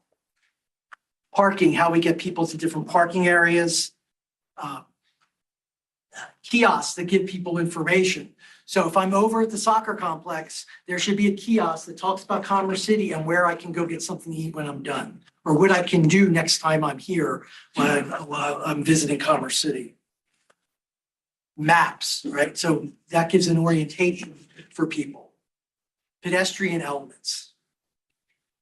You can always do street signs. So you sort of do it now. And I can tell you as the first time I came here, trying to figure out when I was in Commerce City, the street signs tell me, right? That's your sort of defining border. And you also have banners as well. So you may not realize that as a local, but as a visitor, knowing when I transferred into Commerce City, especially with your border, you got a crazy border. Right? It's not easy. You can come in and out of this place. You're in Denver, you're in Aurora, you're in Commerce City, you're back in Aurora, you're back in Commerce. So that really helps. Bicycle signage, right, along your trail. So, wayfinding can really promote that outdoor active piece of it. Identifying your parks. This is in Whistler where they wanted to make sure that their parks, when people drove by it, that they knew the municipality was in charge of that park, right? That they're the ones taking care of it. So it's very, very heavily branded towards Whistler. Identifying a trail. When I'm driving down the road, even though I'm not a pedestrian, I have to know that there's a trailhead over there and I can access it. Again, that's building awareness of the things you can do while you're here. On trail signage on the trail. Interpretive signs, tell your story. Tell the story of Commerce City, whether it's the history or a botanical portion or sports tourism or whatever it might be. Tell the story about the place. And these are in Huntington Beach. You could do all kinds of things. It doesn't have to be just signs. It could be sidewalk compasses, crosswalks, underpasses. These are all part of building a brand and identity of a place. Public art. So you have public art. You know what people use that for wayfinding? To understand where they are. It's a landmark. They're using it to give direction or just to understand where they are at the moment. Murals, Instagram, landmark moments. Right? So now you're thinking about wayfinding as a marketing tool. People they're at the soccer complex and there's something there that says Commerce City. They get their picture taken, they post it, and now the wayfinding is going beyond your border. So we think about it in lots of different layers of information. And you can have digital walking tours or digital other elements that tell the story about the place. We are beginning the project. You're my first group, right? So tomorrow I'm meeting with stakeholders and we're doing a tour. The strategy of who gets included, where does the funding come, who takes care of the system, that's all part of the meetings tomorrow with the steering committee. There's the wayfinding of how people get from point A to point B. What's the best route? Where do they park? Where's the front door of a destination? And then the design, how does that capture the character and culture of this place? How does it promote your brand? Your logo is everywhere. It's everywhere. It's on the signs out here. It's on medians, it's on banners. You know, how do we bring that as part of the system? So we want to establish a plan for maintenance early. We'll do that as we go through this process. You want to involve CDOT at the very beginning because we have to get their approval in certain roadways. Clear criteria for destination inclusion. We do not direct individual businesses. We're not allowed to. We can direct to shopping and dining as an overall sort of direction, but not individual businesses. We can direct to neighborhoods. And you were talking about directing to districts and creating that sense of arrival in some of your neighborhoods. And then we'll help you identify funding sources and identify a budget for the project. We do have very strict CDOT regulations of what we can do with copy height, typefaces, number of messages. We are well versed in that. So you're not going to see signs with 5 or 6 listings that you can't read from a car. We follow the guidelines where it's 4 to 5, 6-inch high copy on the signs for vehicular signage. We started to put together a list of destinations or potential destinations. You got a lot of outdoor recreational things. So, you know, including pictograms, including directions to the parks and to the trails. And then you have the attractions like the wildlife refuge. So we're going to establish a variety of gateway elements at the city boundaries. You have really weird boundaries, so there's going to be different things that happen when you transition over. We're going to create connections. You know, when you're at that soccer complex, we want to tell you when you're done, you can go over this way to go get something to eat, right? So they stay longer as part of the program. You know, this is a good example in Asheville where there's a map in the downtown. It tells you what you can do around there, but then it also tells you about events and things that happen in the city along the way. So you may be here now, but you want to learn about why you should come back at another time. So we're going to develop a single overriding theme that can be adapted to a variety of conditions. You already have started to have an identity for Derby and the sign that went up there.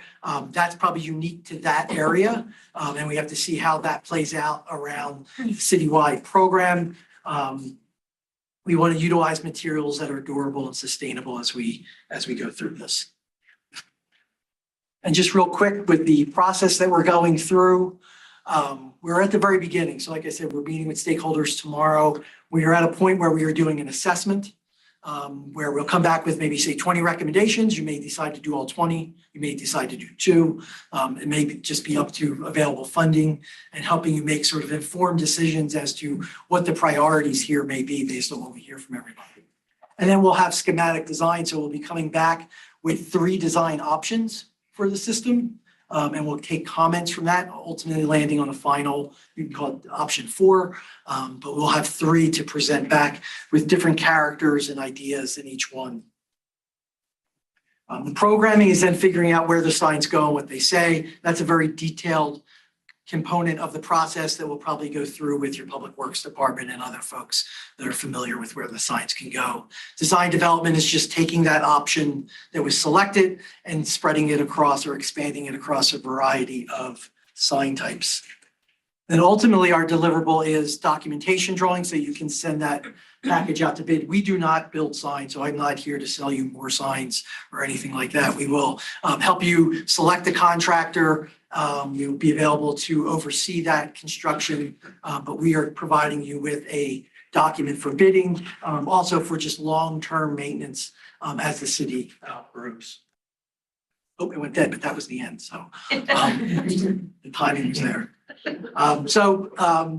Again, we're just beginning, and I'll take any questions that you have, and we'll be back with designs as we get through that process. That looks really good. It's very exciting that the city will have an identity through signage and wayfinding and so forth. I'm always intrigued when I hear that there's going to be a meeting with stakeholders.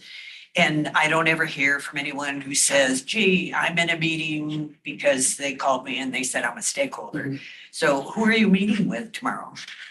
So tomorrow's meetings are internal staff first. Once we decide through those meetings what the direction, what the plan is, then we will engage with community members. We'll have neighborhood meetings, we'll do surveys. So then we will do the broad scale of community. Thank you. I had a question too. I'm not sure, where is Second Creek? It said Second Creek Park, Chambers Park. Where's that at? Is that 2 different parks? Or it said Second Creek Park, Chambers Park? Yeah, I'll have to go back and look at it, but that's just a preliminary list for now. And then, will there be like some type of signage also to identify like history markers within the city? Right, so as we go through this, if that rises to a priority where you could have interpretive panels to talk about the history of different parts of the city, yes.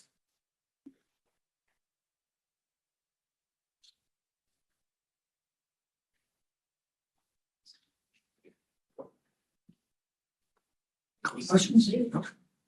Thank you for the comment. So real quick, just next up, so you guys are aware, we hope to come back to you all towards, we wanted to do it towards the end of November, but I think the timeline with holidays in there might be a little tight. So beginning of December, we'll come back with an update for you all on where we're at, some of the conceptual ideas. So that's what you can look forward to. Yes. Thank you. Thank you. Thanks. All right, Miss Ashley Lutcher, our city legal advisor of public safety, is going to give a presentation on the model traffic code. Wow. Adam Gollin, who's our prosecutor as well, Oh, judge. he's a judge. Wow, Man, we got the whole justice team. yeah, now's a good time for me to start out. Got the police chief here too, so I think someone's going out. There you go. I ain't cupping up, chief. Maybe fine. I don't know, Mal. Should be. No, it's not. Yeah, see, Mouse. Wow, thank you.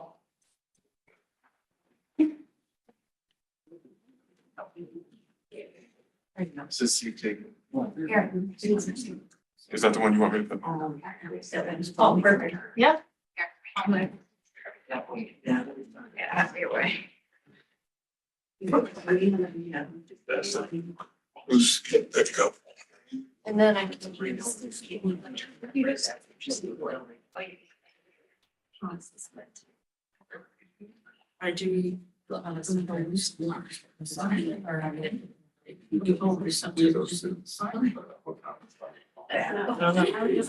It says you represent, you are. Yeah. I didn't know. I'm ready. We're all ready to go? Cool. Hi, everybody. I think most of you guys know me. I'm Ashley Locker. I'm the police legal advisor here for Commerce City Police Department. With me is our municipal court prosecutor, our judge, Judge Bowen, as well as members from the PD. Earlier in, I think, March or May of this year, we discussed updating the model traffic code. Our model traffic code is currently from 2010, and there's a lot of new changes since 2010. We have self-driving cars, EV vehicles, and so there's a little bit of housekeeping to do, and that's what this presentation is really about, to highlight some of the differences. We wanted to give you guys an overview of why the model traffic code exists, and mainly that's just for uniformity, so drivers know what to expect on the roads. There are some areas where the state has all the authority to regulate it, and some decisions are left to the municipalities, but this kind of keeps things even-keeled across the state.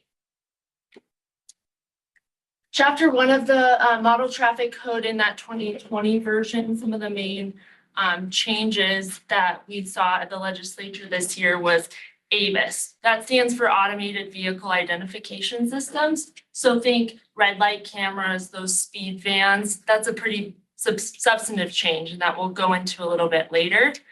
Some of the things too that we went through are the weight limits we have for certain vehicles in residential areas. That's something that we can continue to keep.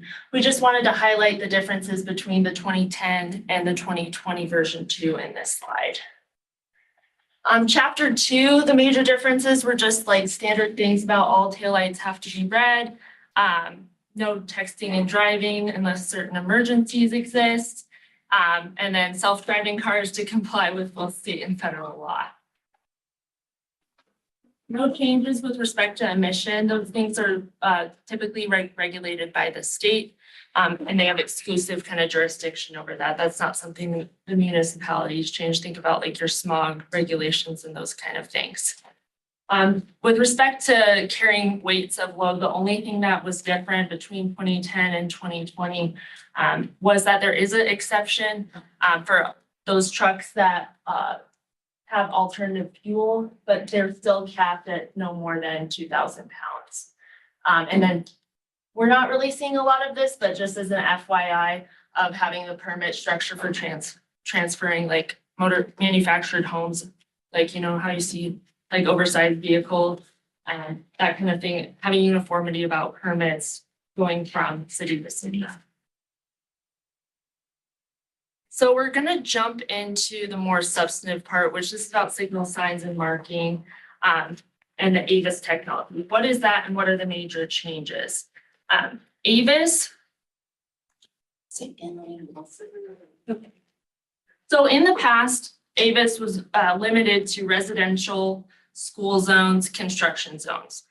The state said that if a city found a certain area where there's a high risk of crashes, lots of traffic violations, they could kind of designate that as a special area where you could use AVIS technology, as long as you had the data to support it. And we're gonna go through a couple areas that the PD has identified as potential areas for that. The only catch though is that if you catch a motor vehicle violation with this type of technology, the fines are limited. And as opposed to other, like our other high hazard traffic zones where you can double whatever the existing fine is. Like school zones, Right. double fine in school zones or construction areas. Right. So the high hazard zones is something that we have had, but we haven't really utilized. And so I just wanted to kind of contrast the two different tools that we can give our PD to have stricter enforcement.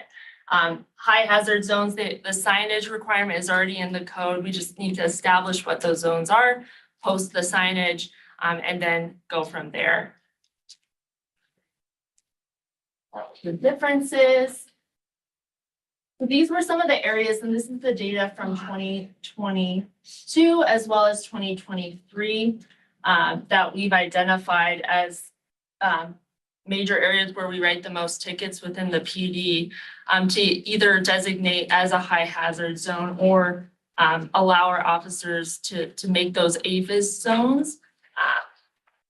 These tickets don't include the number of warnings that were given. They include various different traffic violations as well. That includes things like the crashes, speeding, reckless driving, all of those things, but the breakdown of that is in your guys' packet. If the council decides to make these zones AVIS, there's a lot of statutory requirements about what you need to do before you start using that type of technology.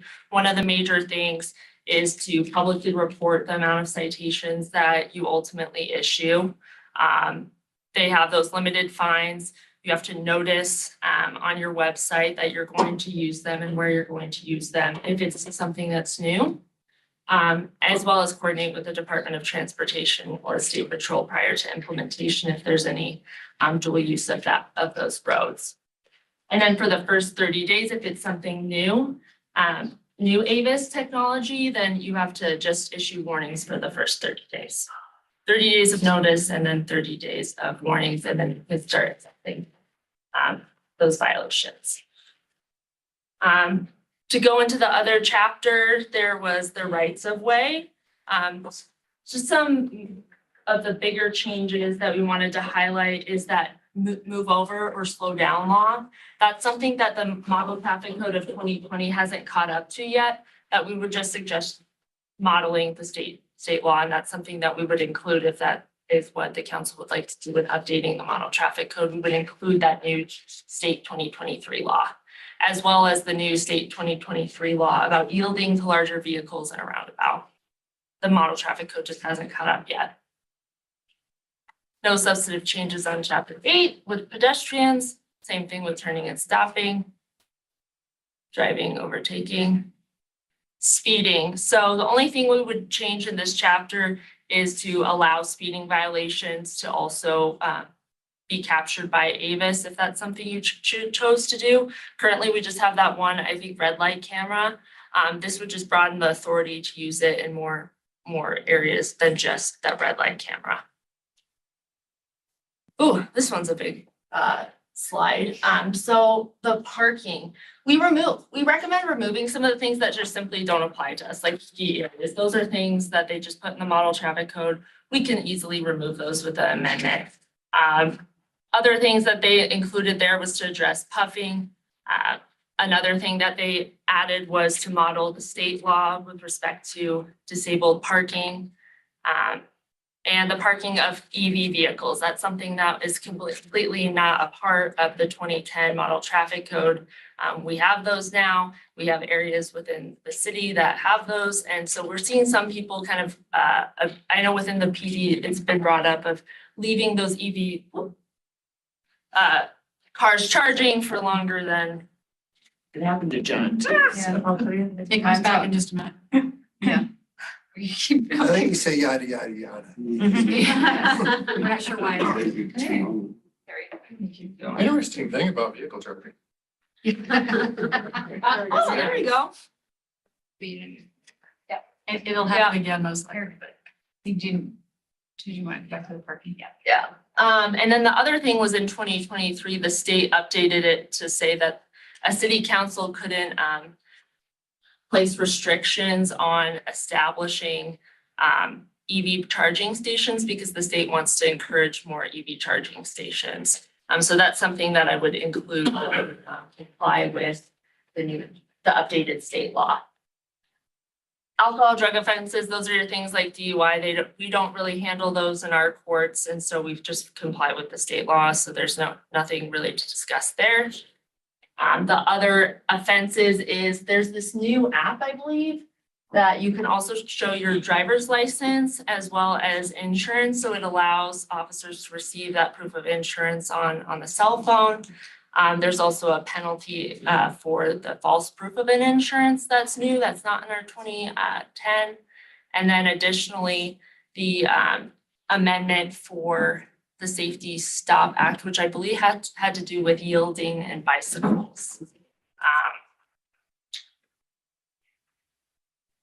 Yeah, that's bicycles. Yeah. That goes 16 and up though? That means you don't have to stop at a stop sign for Yeah, a it was bicycle. yielding. And I was like, yeah, that's a bad idea for people under 16 years old. Yeah, We can just discuss it. but that was kind of a state regulation that Like racer, that's. they had some leverage in doing that. Yeah. And then motorcycles, that was a state law change that just hasn't caught up with our 2020 model traffic code that I could easily add by amendment that addressed those auto cycles with 3 wheels that you could choose kind of whether to have that helmet or not. I guess you roll the dice on that one, but that's just an FYI for you guys. And then there was some semantic things that our municipal prosecutor, Adam, has noticed. It doesn't really change the substance, but I'll let him take over that. It doesn't change anything, but in our large vehicle ordinance, it defines what a large vehicle is, it defines what a recreational vehicle is, but it doesn't define what a utility trailer is. And model traffic code definition for utility trailer. So I'd just like to add that to make it more clear to citizens. And also the actual charge or the actual penalty, the thing that says it's unlawful to park a large vehicle is titled recreational vehicles and utility trailers. So we just have to add the words large vehicle. It's just just makes it more clear when I'm explaining it to citizens. And we just want to make it more clear. The other, this is, I believe our last slide was something that was brought up at the Colorado Municipal League Lawyers Officers section this year. There was a couple of cases that came out from our 10th Circuit, which we fall under. We have a similar code that was recently analyzed. So the code that was at issue was unlawfully remaining in a median, and that you can't take more time than is reasonably necessary to cross the median. And the courts are starting to see that as trying to target panhandling, although the code doesn't specifically target that. They also highlight in these 10th Circuit cases that medians, whether we like it or not, are free speech zones, and you can't put undue restrictions on those. And so my recommendation is so that we don't have an issue with violating these cases is to remove that. Other jurisdictions, Littleton, as well as Loveland, presented the similar issue, and I noticed that our code had similar language. We do have another code that I think could address the issue of people being in the median. That isn't specifically a violation of that First Amendment kind of concern that we've directed the PD and think could be that alternative. Think about this code as a lot of times we would cite somebody who's panhandling, having their sign on that median, but we wouldn't necessarily target the firefighters who are trying to fundraise while they're standing on the median. And the courts are saying like, hey, that's kind of not fundamentally fair. Does that make sense? And so that's why that particular code is raising attention and having an issue. And I just don't want our PD and our officers to get jammed up with writing that kind of a part of the code that's been found to have some constitutional issues. But you can slightly regulate it based on safety concerns. Like anyone's gone through 60th and, I'm going to run over somebody just as likely as try not to run over them. So, I was, my concern on some of that stuff is as tight as the left turn lanes can be in those scenarios where you have a double left turn. right. My ears can take somebody out that are standing on the curb. So you create that liability. If they're not pushed back at least 4 feet from the edge, you're creating that, potential, or am I at fault if I am in my lane, but I hit the person standing on the edge of the median? Probably. And so, Well, we do have what was the other obstructing. Yeah, obstructing highway and stuff. So there are other laws that probably for better reasoning cover that type of activity. Yeah, I mean, I I'm the agree with same you. boat with It's crazy. signs too. Yeah, it's Signs have crazy. been pushed back pretty far too. Yeah, it's crazy. It's also not completely prohibited, it's just a matter of making a record, that safety record. And so having a general rule that just says it's prohibited for anyone to remain in a median except for the time to cross the street is so general. Right. Something that if you did wish to keep it, we would have to have some state safety studies of showing like lots of accidents happening at this particular section. I've asked, we just don't have the data. And so that's why I would be concerned if that ordinance was challenged, that we just don't have the data to back up how broad the ordinance already is. The other tool that I noticed another jurisdiction had was, and something that we talked about at the last session, was the vehicle nuisance ordinance. This would allow officers to identify vehicles that are associated with gang activity, street racing, there to be an abatement process. Also, if the car was associated with evading from a police officer, it could be triggered. It requires a lot of heavy lifting from our officers in terms of notice, opportunity to be heard in the courts, but it is something that our officers could use to take and hold on to these vehicles that are repeat kind of offenders. That's something that Greenwood Village, as well as I believe Denver, also has a similar model. And that's something that could be implemented as long as those due process rights that we can clearly articulate as part of these existing codes. And then that last recommendation is either those high hazard or ABIS routes as indicated in those previous slides. I'm sure you guys have been writing diligent notes, and that is the end of my slide. So if nobody has anything. Yes. Would it be possible to have like a no truck route street? I'm thinking of 68th in particular, where also the elementary is, and there's also a neighborhood. And part of that area is very industrialized. However, the truck traffic through there is definitely not only a nuisance for the neighborhood over there because of the lot of noises that are caused by the trucks, but it's also dangerous, especially for there's a school there, which means that there are a lot of younger kids that not only go to school there, but they also play in the area. And I just don't see why that particular street, and maybe some others over there that I'm not aware of, couldn't be closed off to trucks. I know right now it's a weight limit that prohibits some of them from going on, but they violate it all the time. Yeah, 8,000 pounds. Yeah, I just saw residential another district. video of one today where it was obviously, it was a crane on a truck. It was huge. They go through there, like, they start, like, a lot of them start their shifts like at 3:30, 4 o'clock in the morning, which is very disturbing to the people who live over there because it wakes everybody up because the noise is so loud. And Well, I have seen extra enforcement of that recently, so we are getting more tickets on that. But So- isn't there a possibility Well, of I think making you it a can no designate- truck route? I believe 68 Avenue is already We have truck designated as routes. a no truck route. Had truck routes for over 30 years here. Yeah. They're in my system, I show all the time. I think something that we could potentially do if the council voted was maybe use more of that automated vehicle identification system enforcement.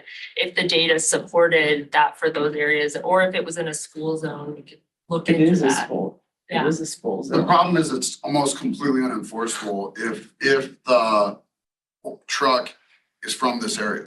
So just like a hazmat route, we have hazmat routes, you have to stay on hazmat routes, but to get from the hazmat route to your destination, that you have to be able to take a road, and if someone wants to argue this is the most direct route to the interstate, then it's unenforceable.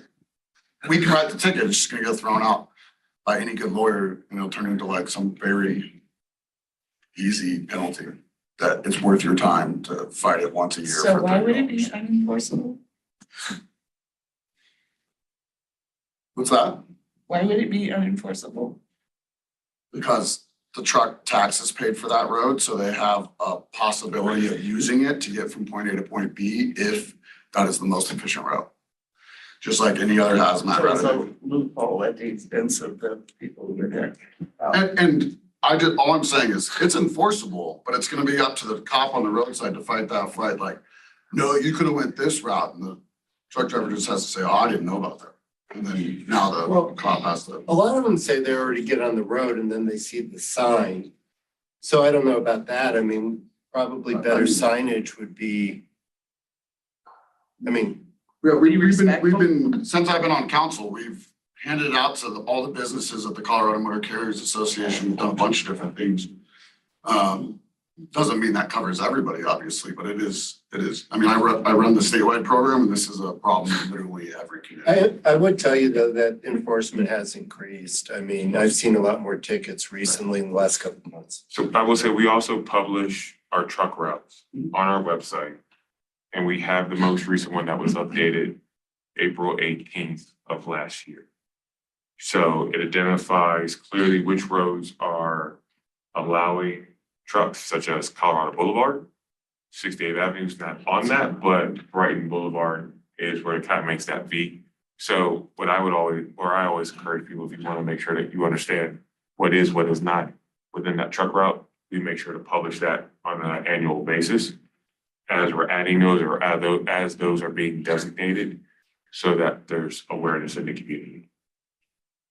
It just doesn't seem to solve the issue for the residents over there. No question about it, but.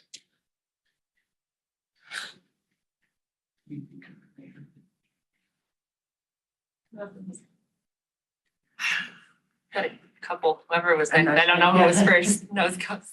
Just to piggyback off of that, is there, because I didn't see 120th and 112th on there, and that's a huge trucking violation space constantly. Is there a way to discourage those trucks from going out 68, like annoying speed bumps? I don't know, like just something that kind of. There are no. So, I mean, There are these- there's speed bumps, there's speed tables, there's been increased enforcement by the chief and his staff. Part of it's also cultural. I mean, it doesn't help that you have some intensive uses over there that require trucks to get there. And like I said, it all starts with the business and those that are coming or going, and enforcing best practices of complying with local laws and regulations that we have in place. And I know we've tried to do that through proactive engagement with those businesses and proactive engagement with those with the actual trucking companies themselves, and even in the field enforcement education when they are pulled over, and trying to help them understand. Simply put, sometimes people are just going to do what they want to do regardless of good practice, unfortunately. And we just try to stay on top of that. To your other question, 120th is a truck route. So What makes it a high hazard zone, I guess, is my clarification.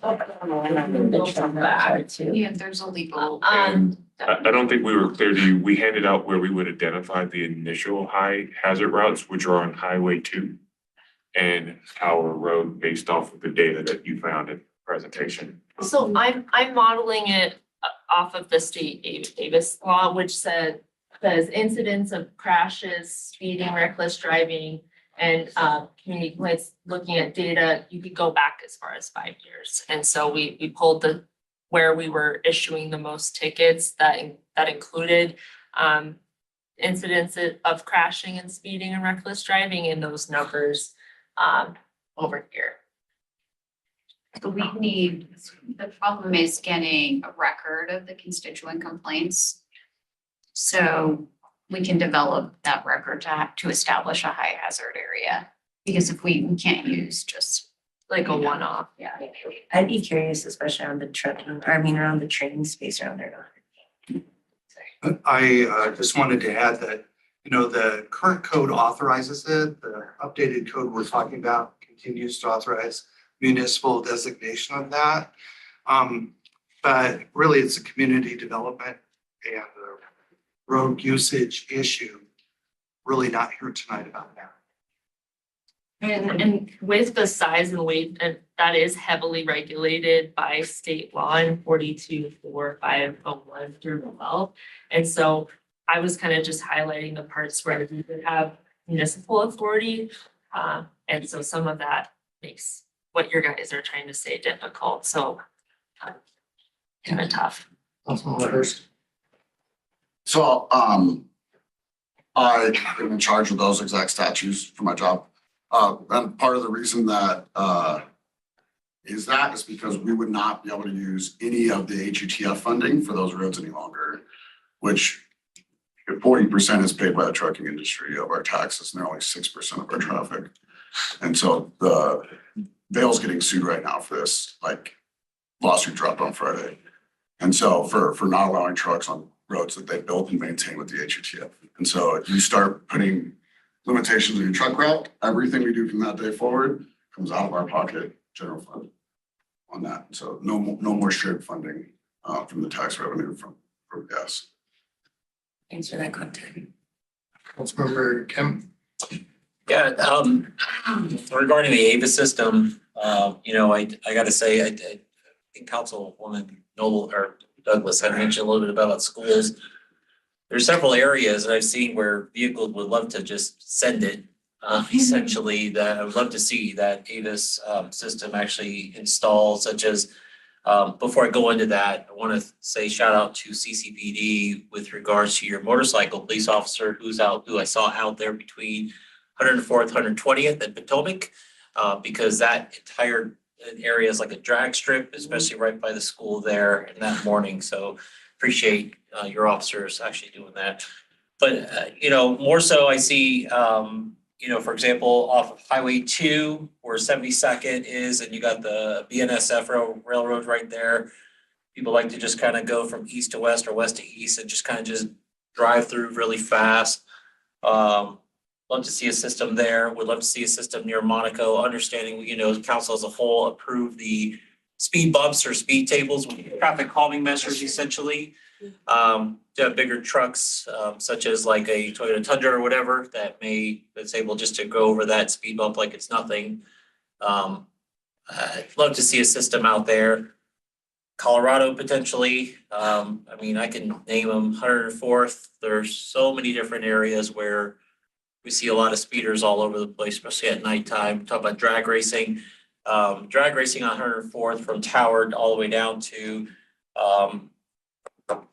Chamber sometimes is a nice little drag strip as well that I've seen, especially when you're going from east to west and it's a downhill slope and you've got a couple of vehicles that like to go pretty fast. But those are just my comments. Really, truly, if anything, priority would be around the schools to have that Avis system set up. That would be my personal preference. Because I fear for the safety of kids. I understand we have traffic calming measures there. I know we're not done with those traffic calming measures as a whole, but you know, honestly, you know, if it was allowed, I'd throw eggs at cars that like to go speed through that area, honestly, but I'm not getting arrested for that. I do want to point out one thing is if you do high hazard zones, right, you get the double fine of whatever it is. If it's Avis, you're kind of limited and capped on the fine. So that's kind of the trade-off, right? Yeah. Officers will have ability to kind of have more of these digital officers in the Avis zones, but they're capped at the fine. The fines, biggest fine you can get is like 75 unless you're in a school zone. But if you're high hazard zones, that allows you to double whatever you have. So that's the trade-off. Also, there's points associated with speeding tickets issued by an officer. So like your license, you get 12 points in a year as an adult. Yeah. Avis, there's no points associated with that. But is there a way then, is if you're a second or third or fourth offender to help maximize I guess the ticket or penalty or whatever the case is that the city could Well, potentially impose on the individual? sure, if we get Well, I mean, we work with graduated sanctions, so if it's your third ticket in a year, the fine's, if you haven't had a ticket in 20 years and you messed up, your fine's low. If you are a repeat offender and, recent tickets, yeah, the more tickets you have, the more the fines Not go. for Yeah. Davis, they Well, asked. Davis though, no. Yeah, I would love it if there was a way to get in front of the judge, so the judge could slap them. Well, that's the thing with that, it's like, His hands I are live in tied from the Denver. state. Not slapping per se, but I mean, if you live in Denver, you see the photo radar and Yeah. you're like, right. and the red light at 60th, I mean, I think that's the only way to enforce that intersection. I mean, back in the day, officers were risking their lives just pulling people over, so I think it's a tool, it's a good tool.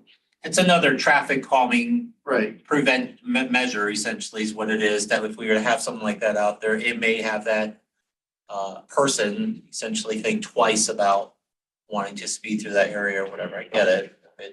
If we can, if whatever it is that we could do to help have those measures in place, honestly, especially around the schools and the high traffic zones or high traffic areas, I would be in favor for. I would just add, if there, if we find it's not useful, it doesn't minimize traffic or reduce the number of infractions, then move it on. Right. You can relocate it. That's one of the good things about it. Absolutely. Mayor Pro Tem. Yeah, thank you. I was concerned too that like on East 64th Avenue from when you get to Monaco, you pass Holly all the way down to Highway 2. That's a real concerning area that a lot of residents have complained about the speed. And then also on East 60th Avenue, the crosswalk with the flasher helps, but once they pass that, even though the speed limit's been reduced, that's an ongoing concern. So I'm hoping that's in the study also, but we're set on the slide with chapter 12. This came up, I think, before about the 5-hour parking. And is that the 5-hour parking in front of a residential home? Because I think I would really hope that does not go away. It is not keeping it, but I hope it does stay because that is a continuous problem, especially in the, I know in fact in the core of the city, I hear a lot from residents and constituents about people just parking all over in front of people's home. And I don't think it's fair to a homeowner if they can't even park in front of their home if they don't have a driveway. Because then that's when a lot of people start parking on their grass, et cetera, because they can't even, someone's parked in front of their house that doesn't even live there for more than 5 hours. So I think that's something that maybe previous councils fought for because it concerns from residents. We hear you on that, and that's an amendment that we can keep. We just wanted to make our recommendation, but it can be kept if that's what the vote is. Yes, on that. Councilmember Douglas. Thank you. So if you go back to the slide that you were at previously, The one with the zones? yeah, how come nothing is below 72nd, south of 72nd? So this was just our targeted kind of like test pool, identifying where we have the most issued tickets in the city. And we can always come back later and expand this program if it's successful, if we're getting good results from it. But we wanted to hit our big zones, and these were those big zones of where we're writing the most tickets. Does that make sense?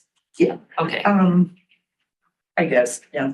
You can always. It's just add- it's one criteria, it's just the tickets. I thought you were, It went? I thought you were holding up the wrong finger. Oh, no. I was like, whoa. I'm sorry. Threw me off there. Using study session, no.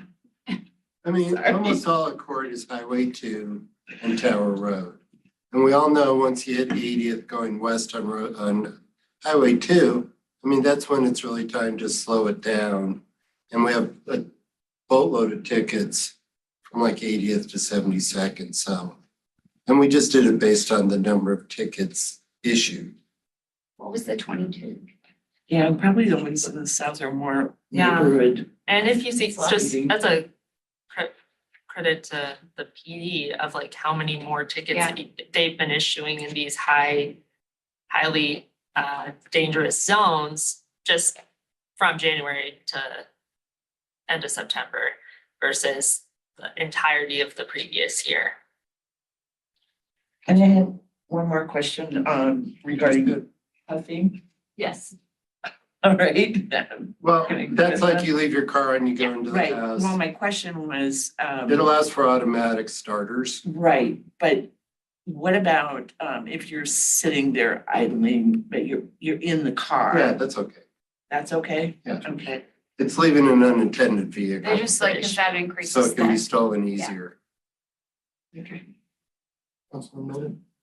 I'm glad you went back to this slide because I'm unclear. What is it between and between? What's the east side and the west side?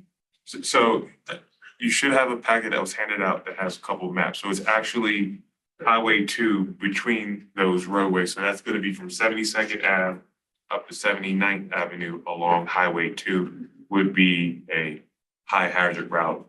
And on Tower Road between 88th really up to 103rd would be another high hazard route. So it's not to 104th Avenue? Not to 104, because this is generally where, like I said, we've seen the majority of our tickets when we've caught people Okay, on Tower Road. on Tower Road. Yeah. Okay, but there's people watching who don't have our packet, ma'am. and so it Absolutely. wouldn't be clear Yes, ma'am. to them, correct? Yes, ma'am. I'm surprised anybody gets a speeding ticket on Tower because half the time you can't move. Either 0 or 75. Depends if there's And just to construction. be fair, these aren't just speeding, those are the crashes, those are the reckless, but yeah, good. Those maps that Annette helped us get were the helpful visuals, so. And this isn't end all be all. Obviously, we'll be monitoring as we continue to see infractions throughout the city. That obviously, as we want to expand the high hazard route zones, we'll come to council for those inclusion as it relates to that ordinance section. But this at least gives us a starting point to address and then to manage, because Chief, you can correct me if I'm wrong, it serves as another body out there because, right, you're gonna think twice of speeding within those areas. So we can then go out and look for other areas that may fall in within that criteria, so. So it's a benefit to the PD. Okay. So just so we're clear on direction, we didn't hear any objections to any of the recommended amendments, so we can bring an ordinance back to you all for adopting the 2020 model traffic code with those amendments. And don't worry, the 5-hour parking will stay. Well, and I would hope too, like I said, to see more of the south streets, as I mentioned, like especially 60th Avenue, 64th included on there, not just. So we'd have to do a study to include those intersections, so we can get a list from you all and then. Because I thought before, since I've been on council, there's been concerns and studies, especially on 60th Avenue and 64th, and I know on 60th, that's why the speed limit was even lowered, and 64th, but even though it was lowered, they still even go faster than what the original speed limit was. So I thought there was already. We've done some speed study analyses, right, 64th and 60th were lowered because we had misposted the signage at 35 miles an hour for residential roadway, where it should have been 30, so we took corrective action in reducing that speed. And since then, as we've received complaints, we've gone and we've done some of those speed studies, both from PD and Public Works, and we're finding within that 85% tile as it relates to infractions that we're not triggering what would be leading to some of those infractions, to some of those tickets. So we may not have some of that data that may support that. We'd have to, once again, to interim attorney, we'd have to go out there and look to see if there's other criteria that may be triggered, but that would have to be a study. And I think this is why, starting with some of these other roadways, we can see where that, how that operates, and then see how we start to think about it across the city more broadly, both Northern Range, Core City, and see how we bring that forward to the council. But I would like to see the core included in that, more of the core city streets.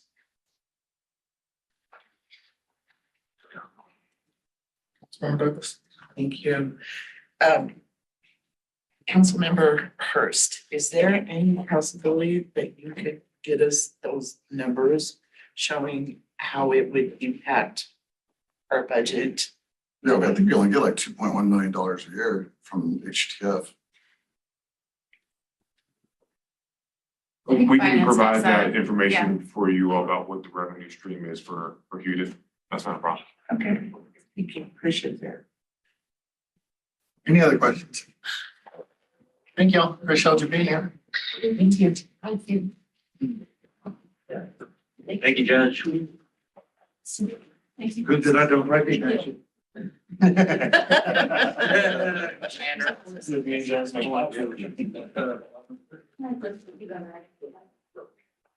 Don't quote me on that 2.1, but I think Oh, it's too late. One of you right now, it says 2.1. last time in the budget, I remember going.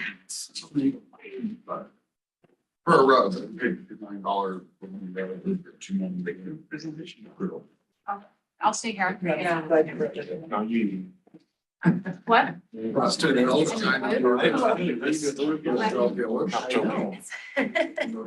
moved over one, I was like, whoever. Are you good? It was a surprise, it's all, but. All right, we're gonna move on to a discussion about the railroads in Commerce City. I'll invite Jeff Maxwell, Projects and Operations Implementation Officer, forward to give the presentation. Right. Mayor Huesman, Mayor Pro Tem Alan Thomas, members of council. You had asked for the opportunity to meet with BNSF and UP Railroad representatives, and so we've arranged that meeting for tonight. We're joined by Rayford Nichols with BNSF and by Richard Corner with UP. Richard is a consultant working for UP and he is on the Zoom call, but Rayford is here. Mr. Nichols is going to give you a brief presentation from BNSF, and then both gentlemen will be here to answer your questions. So I will turn it over to Mr. Nichols to start the presentation. Hi, how you guys doing this evening? Thank you for the invitation. Commerce City is an important partner for us. BNSF Railway, a lot of industry out here. So we really value that partnership. So thank you guys for the invitation. Please stop me at any time. This could be more of a dialogue instead of a presentation. I'm not sure who's running the slides, so who's in charge of next? Okay. Just asking it happens. So Mike, who I have worked with pretty regularly, gave me an agenda of really kind of the questions you guys are looking for, and so put together this deck for you. 33 trains a day is the average through Irondale. That includes 4 local trains, which tend to go back and forth. So -8, you got bad at math this evening, 25 through trains a day. Average length approximately 110 cars, approximately 6,600 feet. And those 4 locals again are much shorter, probably a third of that length overall. Can you speak up? Yeah, sure thing. The locals are approximately 30 cars. So a third of that length. And we're asked about traffic projections. We don't really make traffic projections because we're rate based on the entire economy. So gonna be asking us to make predictions on the economy, which we don't really do. Next slide, please. I know this is a little small. Mike has this data. This really is from our Tableau report. It's incidents at grade crossings. Incidents are inclusive of blocked crossing reports to BNSF, that's gray. Light blue is reports to the Federal Railroad Administration of blocked or occupied crossings. Unsafe motorists are orange. That's a report of our train crews reporting an unsafe motorist at a crossing. Grade crossing accidents, so a train hitting a vehicle or vice versa, vehicles also hit trains, is, I mean, you can't see them, but they're in this column here. And yeah, so ranked by incident count, it's pure count of the data. It's not ranked. I mean, obviously, trains hitting cars are more heavily, it's not weighted. So trains hitting cars are generally more of a severe incident than a report of a blocked or occupied crossing. So there's, 3 of those in the last 5 years in Commerce City. Would be one at 72nd, one at Yosemite, and one at Boston, respectively. Next slide, please. Businesses in Commerce City. We got 17 rail served businesses in Commerce City, driving a lot of economic activity in the region, and 6 additional that are open to BNSF, but currently served by a competitor. So that means that, that business could have more competitive rates when they shop between railroads. I think I'm not a development guy, I'm an engineer. Next slide, please. Also asked for some statistics on rail safety and hazmat. All these slides are from the AAR, Association of American Railroads, with the top 50 commodities shipped by rail. We can't, without an NDA, we can't release anything more specific than that due to the Homeland Security type reasons. But as you can see, of the hazmat incidents in the United States, rail hazmat incidents are only 5% of the freight hazmat incidents and releases compared to overall other modes of transportation. And then this slide here, 10-year rolling average of railroad incidences are on the decline. That's the hazmat data I have. Next slide, please. Really excited about this. Your public works team and us have been working diligently on crossings, the mainline crossings parallel to Highway 2. We have, in the last 2 years, completed full replacement of 56th, 72nd, photo below, and 96th photo on the right. And we currently have a scheduled replacement of 104th full replacement here. Going to be springtime, it's looking like, based on material and manpower, things of that nature.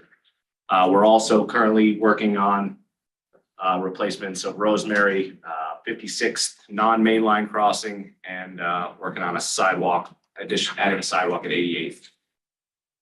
Next slide. Something that we've been working on really heavily in the last couple of years is IIJA funding. As I'm sure you know, you guys got a huge grant funding from the federal government for your crossing with Union Pacific at 120th, I believe, to close that crossing and grade separate that. So congratulations on that award. Really, really great for the area. But we want some of that. Don't give it all to our Colonel Mustard friends. So if there's definitely a lot of opportunity in Commerce City, 104th, 120th, 72nd, 88th. There's a lot of opportunity. The amount of growth out here is tremendous. There's a lot of railroad crossings that could be grade separated and eliminated. And then there's just a lot of other projects. There's 2 of the lowest bridges in the state. The lowest bridge on the CDOT inventory is here in Commerce City as far as a route, something that Craig knows because I bug him about it pretty regularly. Right on the border of Adams County and right across from the Suncor and the Riverside Cemetery is the lowest bridge on the CDOT inventory system.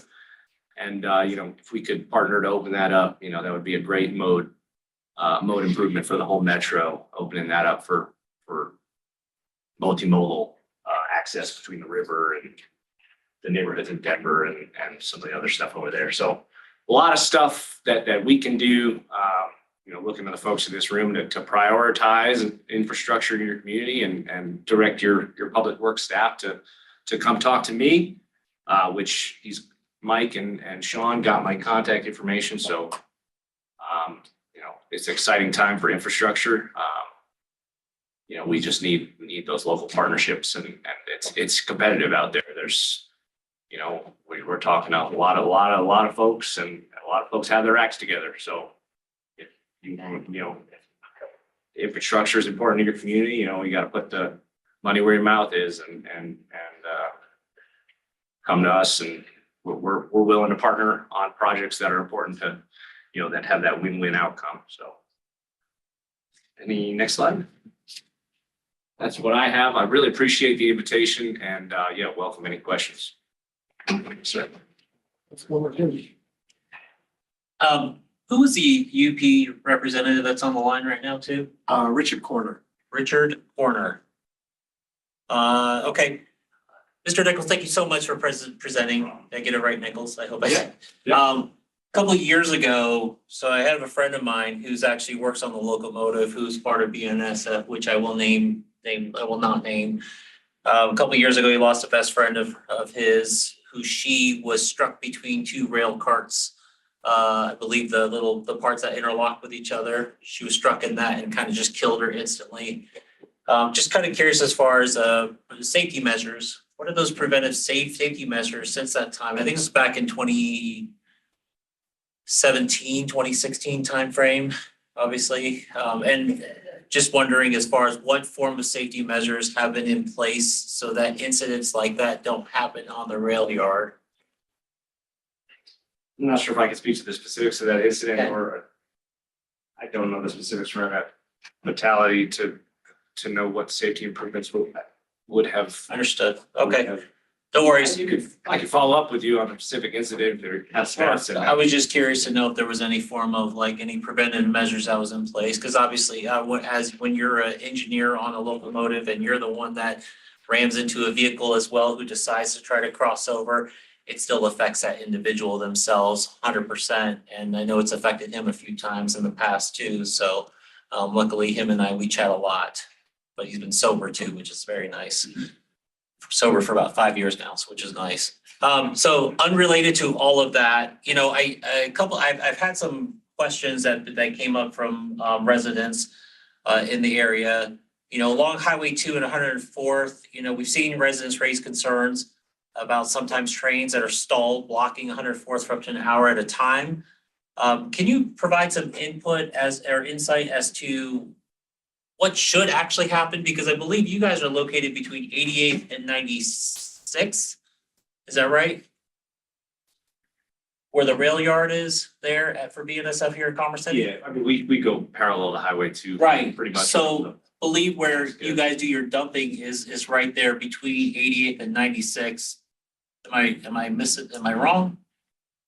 We have a siding there and there's Yeah. a lot of, so we have there's a lot of customers that are served off of that siding there. Okay, so we sometimes see trains essentially that are way longer than normal that will typically block either 96 or 104th. 112. And sometimes 112. I'm just wondering, what is typical protocol, and maybe, I don't know if you have the answer for that, but I would love to know what the answer is to what is typical protocol for trains essentially, and its cabooses as far as being that lengthy, you know, that long and blocking those areas off. I'm sorry, I'm losing my train of thought here on that. You're fine. There's no current federal or state regulation regulating train length. And what you're describing in Commerce City, we have a lot of business that is there. Yeah. I can't speak to the specifics without a time. I have to dig into it, but you know, there's a lot of going back and forth to serve those businesses.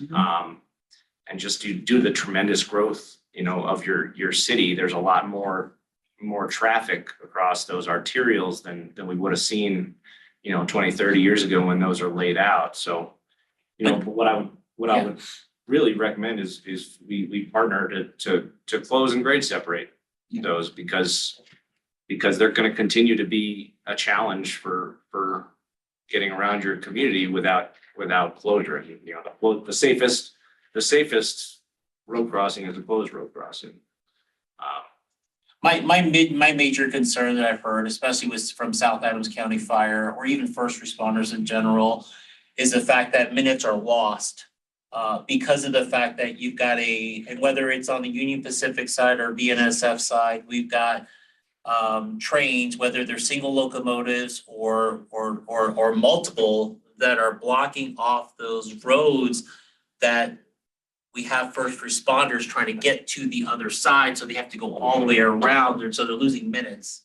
No, I understand that. I would encourage that you use the protocol, the reporting procedures that are in place. The FRA has a reporting portal for reporting block crossings, as do we.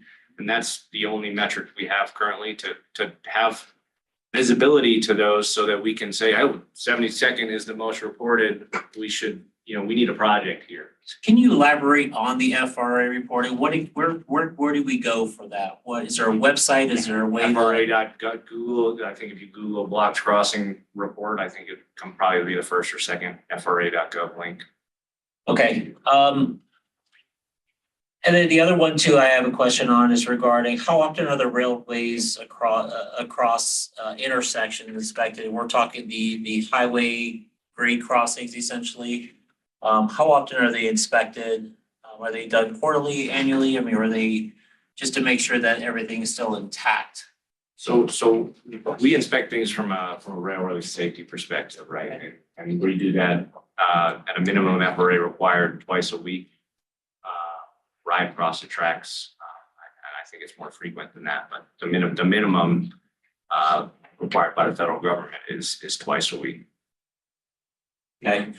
I got a question. I guess the same questions would apply to Mr. Corner from UP. Can you hear us? I can, yes. Hi. So I'm curious to know, as far as, like, for example, along Highway 85, I've seen where you have a single locomotive that is literally just off to the side of the actual gate arm, where obviously the locomotive comes through, it triggers the gate arms to come down. But it's a single locomotive that sits there, and I'm sure you guys are doing some testing or whatever the case may be, but sometimes it's there for 45 minutes to an hour at a time. I just kind of want to get your thoughts on what exactly, just to help educate the public as well, as far as what exactly are you guys doing and why does it take that long? And I guess the same question I asked Mr. Nichols as well with regards to first responders.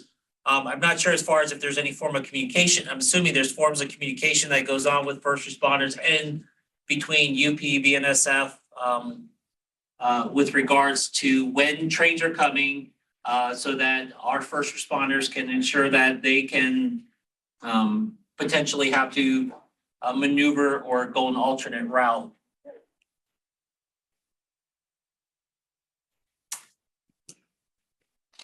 So a lot of questions there.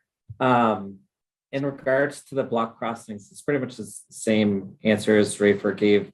It would be helpful to have specific examples to kind of look into. I know Mike gave me one specific one on 112th, and I've kind of shot that out to the public affairs contact there to respond to that, to give you a little bit more detail that can be shared. Regarding schedules, I'll have to take that one back. I know we typically don't share schedules for security concerns, but I think I have heard of a system that kind of alerts of a crossing being used in an emergency situation.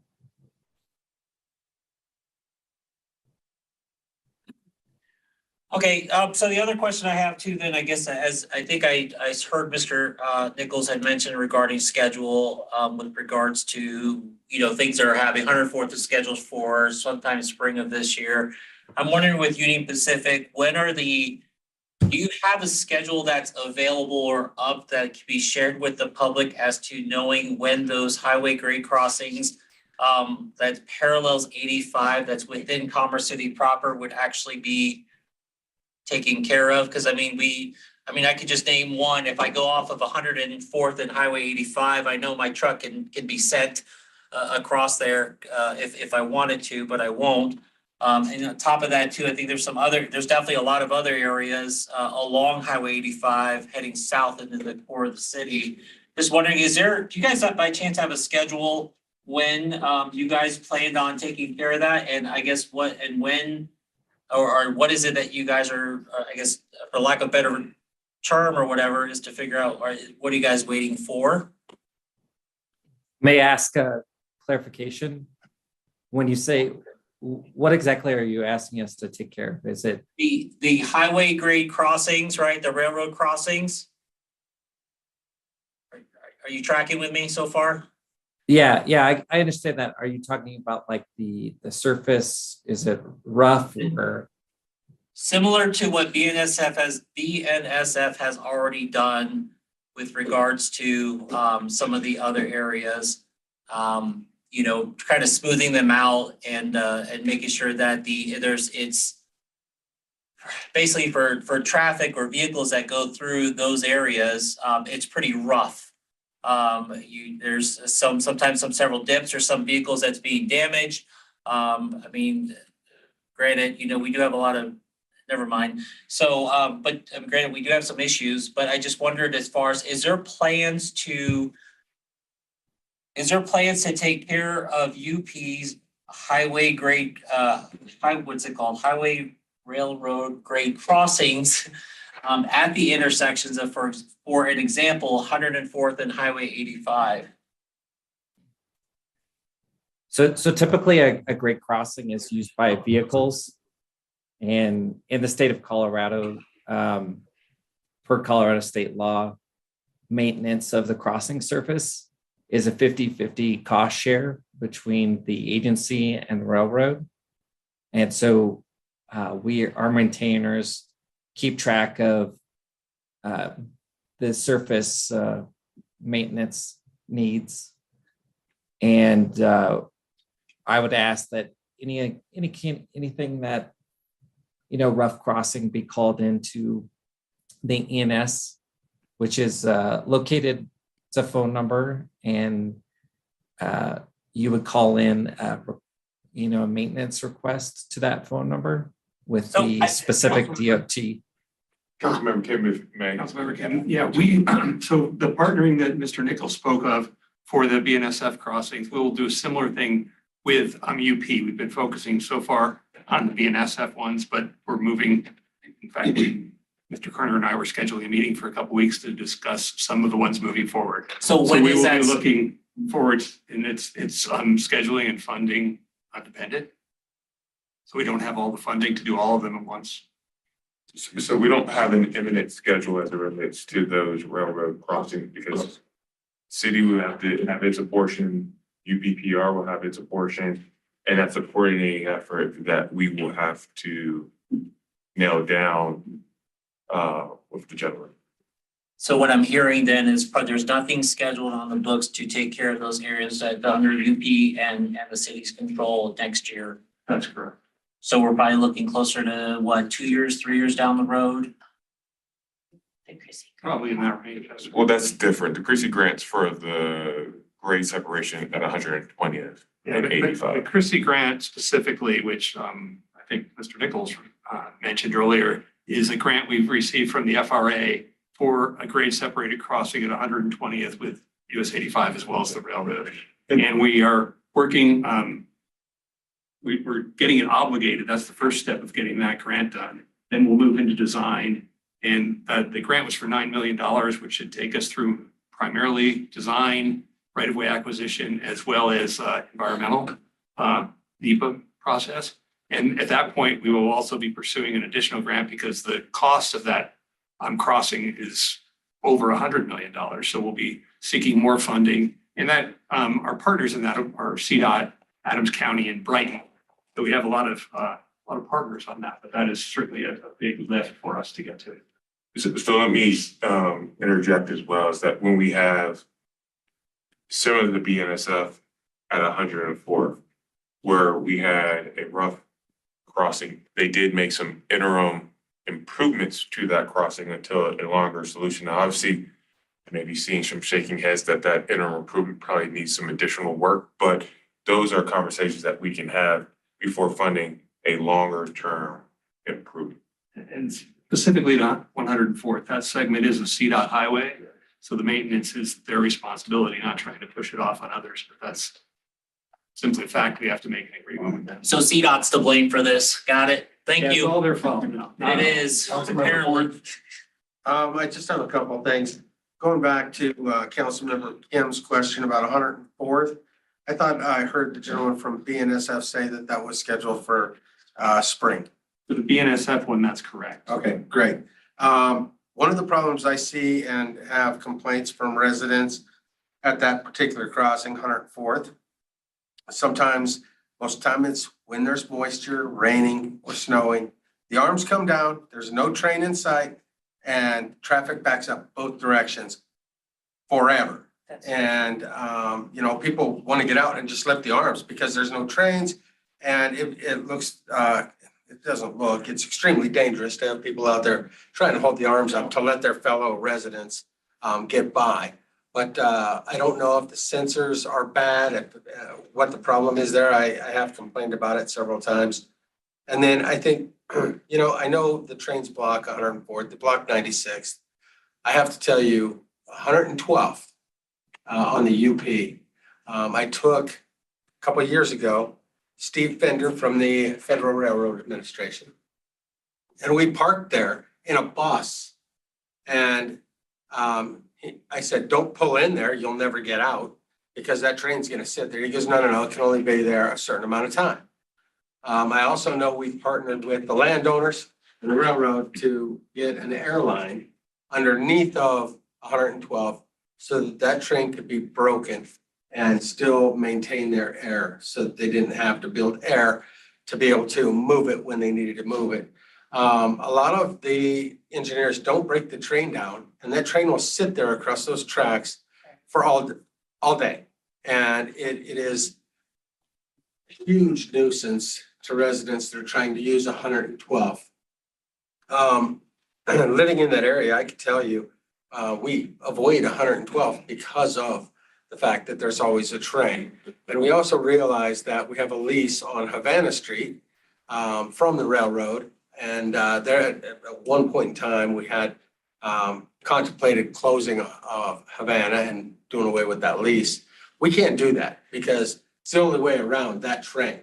From my constituents, the complaints are primarily block crossings or rough crossings. 104th is, the downside to how rough 104th crossing is at the BNSF is traffic slows down to a crawl to get over that track. And so you end up with traffic sitting out across Highway 2 and the light changes. And so it's starting to create more negative impacts. So I think the 104th crossing, maintenance of the at-grade crossing are major. Time for blocking traffic is another. I know we get complaints a lot, 104th, 96th, but 112th is literally all day. Whatever we could see in improvements in those areas, I think would be extremely beneficial. And if we could please strive to get BNSF to break those trains BNSF break the trains that is UP at 112 and utilize that airline that was put in. I know that an engineer doesn't want to have to get out and break the train and 3 hours later have to move it and disconnect the air and hook back up. But at the same time, we have residents that need to be able, and emergency responders that need to be able to get in and out of that particular area. We have a firehouse that sits literally in between the tracks. And when 112th is blocked, it makes it really hard for them to respond to neighborhoods on the other side of Highway 85.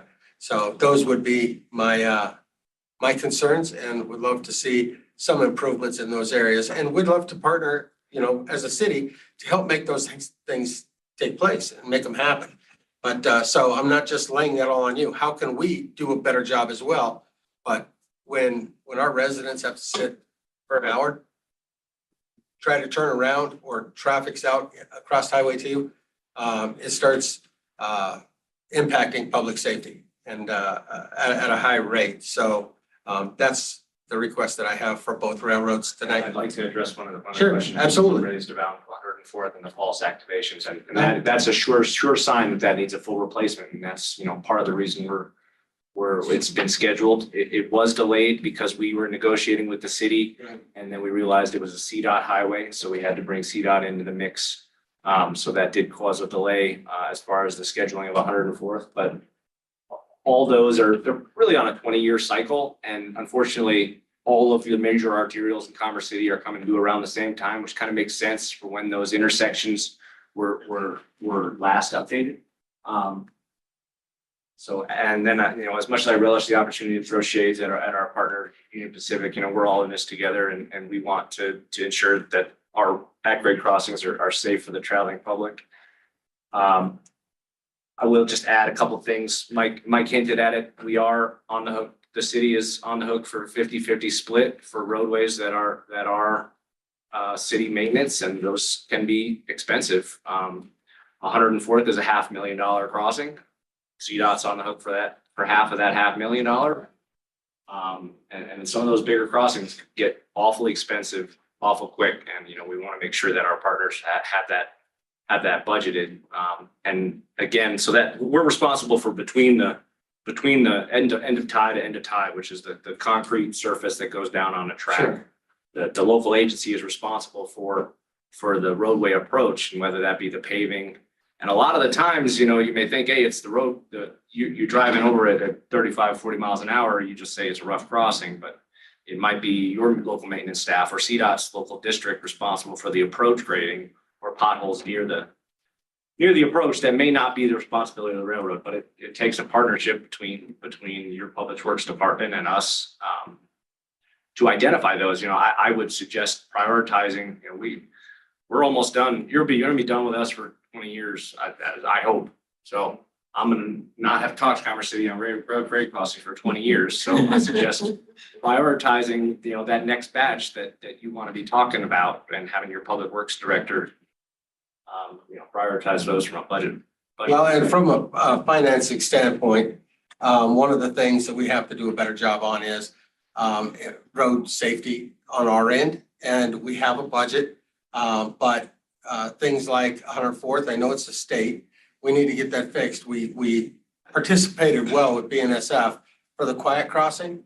And one of the frustrations there is it's a quiet crossing, and at night, I'm a long ways from there. And people that are close by really get to complaining because, hey, some engineer's coming through in the middle of the night and he's laying on his horn. And so we have the wayside horns, and so you magnify it by getting an engineer that's pulling the horn. I don't know, maybe there's a dog on the tracks. I don't know why he's blowing the horn. But the average resident, when they're woken up because we put the wayside horn in place, and we spent a lot of money partnering to do that with our federal dollars, federal help. But so there's some frustrations there. Our residents want to be able to drive across these crossings and not bust their shocks and struts when they do so. So I get it, and we're on the hook for our half, and we have to be responsible on our end, but we have to have that partnership with the railroad. So I'm glad that you added some points, because I wanted to make sure I brought up the quiet crossing areas and having both the wayside horn and the engineer also blowing their horn. It's just that respect piece that goes along with it. So please consider that as well. Councilmember Hurst. Yeah, thank you for coming to talk to us today. I know you guys have, railroad crossings all over the state that you're doing these same discussions. I want to continue to encourage this group to look outside the box on solving some of these problems, because, as we discussed the total cost of the 120th flyover, our community is not going to have, even if we're looking at Dr. Cog and federal funding and county funding and all that other stuff, we're going to struggle to build multiple, maybe more than 2 or 3 flyovers, right? I mean, we're talking 150 to 175 million for 104th. 125 to 140 million for 120th. As you start looking at, other potentials on, as you move east, looking at maybe not quite as high, but very similarly high. And so a curb cut on 104th to allow people when they are stuck to turn around instead of having to jump over the median, that seems pretty cheap and easy.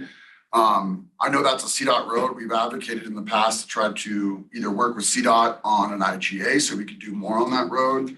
But also, something the mayor brought up, and we've kind of talked about in depth, is that on-ramp onto I-76 to avoid the UP backup at all, if you're going westbound, and then an off-ramp off of I-76 onto 104th. And it would be a very easy geofencing project to put a sign on Highway 84 or I-76 to say, hey, train blocking Highway 85, or I'm sorry, train blocking 104th, use I-76. That's a one-day ITS project. And so that's something that I encourage us to keep working with CDOT on. I know there's some challenges, but they're smaller challenges than are regularly dealt with at CDOT, and I would say, just from a outside perspective on that discussion. So it's completely doable, all of the above, and they're collectively far under $50 million, so far more doable, can have positive regional impacts, can have positive first responder impacts. Doesn't fix all the problems, no way, shape, or form am I saying that, but it definitely gives better options and gives us opportunities to communicate and allow people to make decisions early to avoid train stoppages. The reason I even say that is Union Pacific is breaking down 3 states worth of brand new cars there. And sure, I think what Councilman Ford said is relevant. The airline and being able to break down trains so they're not blocking all day, but it's a pretty significant piece to the Rocky Mountain region's economy from a car perspective. And so blocking an hour, from what I've always read, that's their right. It's when it goes beyond the hours when people, the complaints start to be taken by FRA. Mayor Pro Tem. Yes, thank you for being here tonight also, but I was just curious, are you guys responsible also for the bridge, like when you go 60th Avenue right by Suncor, right after you pass the Wendy's? Because I was curious. That one is I brought that bridge to CDOT's attention as part of I-270, and they just go, they said it's Commerce City's problem. Really It's actually looking forward to discussing that with your staff, and the opportunity presented by CDOT's big I-270 project to address that is, I think, a major opportunity for the city. I know yes. Yeah, because I was noticing that's a very serious concern, safety concern. I even at times have drove by there and seen like a train wasn't on top of the bridge, but a piece of rock. Luckily, Union Pacific's bridges act as a shield for our bridge, so they get hit from both sides. Our bridge is between there too. But we both of us have to inspect when we get reports of that. And that, delays freight trains and Amtrak potentially, so. Yeah, because we would love to partner with Commerce City and CDOT on that project. Yeah, because I noticed it seems like a very scary area. Something is about to happen, because I've even seen times when semis try to come there and there's no warning, and they're like, oops, I can't get under that bridge. And then some of them try to go under the bridge. So I hope that's the staff and you guys, CDOT, can get something together for that. Councilmember Noble. Part of this happened historically is that somebody had a split personality and decided that Commerce City should be both industrial and residential. But the residential problems are mounting and monumental. Particularly difficult for people who might have medical needs on the west side of town and then can't get through because of the trains that are blocking the way. 110 cars of 6,600 feet long is 1.25 miles, right? And you do that 33 times a day.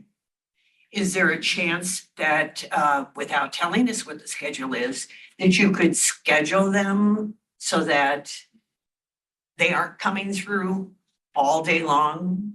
That there would be blocks of time where the railroad would be free? I don't anticipate that being something that without federal regulation that would be, Could you speak up a little? Sorry. we need to utilize the available capacity of our main line to move freight for the country's economy. I don't anticipate scheduling freight trains, because it's a single main track. Because it's a single main track, we have to move trains in and out in both directions, in and out of the metro and through the metro. I don't anticipate that that's something that BNSF would be able to do. And I do know that freight takes precedence on the rails because a friend only uses a train going back and forth from Chicago, and it took him 21 hours because they had to keep pulling off in order to let freight through. So if you were a regular passenger, you are screwed. The law that passenger trains Amtrak takes precedent over freight trains. Oh, they I know do? that's not necessarily the reality. Well, I in don't know some what happened then. circumstances. That was a long trip to Chicago, 21 hours. What about the issues in northern Colorado? And it gave me great concern about what you're carrying through Commerce City. And certainly in Palestine, the spill there. So we know you're carrying coal because we can see that. We know you carry oil because we see oil cars.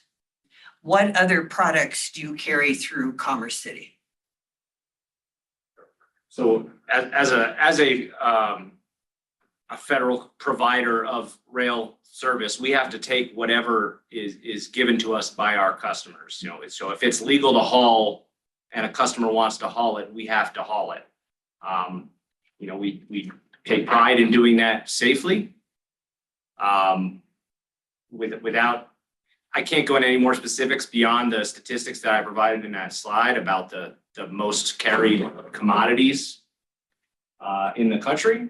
But we do offer first responder training, and I'm not sure when the last time Commerce City went through that, but certainly have your fire chief reach out to me, and we'll put them in touch with the folks so that South Adams County and Commerce City folks are getting the best training in the industry.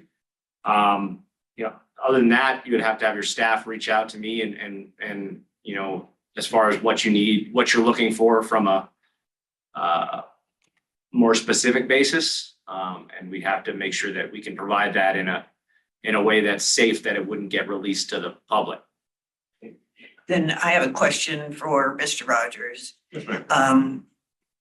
It seems to me that what they've been saying puts the ball back in our court, if you will, because of these railroad crossings. They're there, but we have to put up our HAP unless it's CDOT. And then we need to be putting more pressure on CDOT to do their part in a timely fashion. Right. But is this something that our new grants team could be working with and working on? We set aside $1 million for that team. And Quite possibly. Yes, ma'am, quite possibly. I mean, the team's already connected with both UPPR and obviously BNSF, and obviously there's opportunities there to be able to think about the approaches that are under our control that we can take some more immediate action. But obviously, as we all know, our approaches, unless we're working in coordination from what they own from rail tie to rail tie, is only going to do more damage, particularly is what happened at 104th.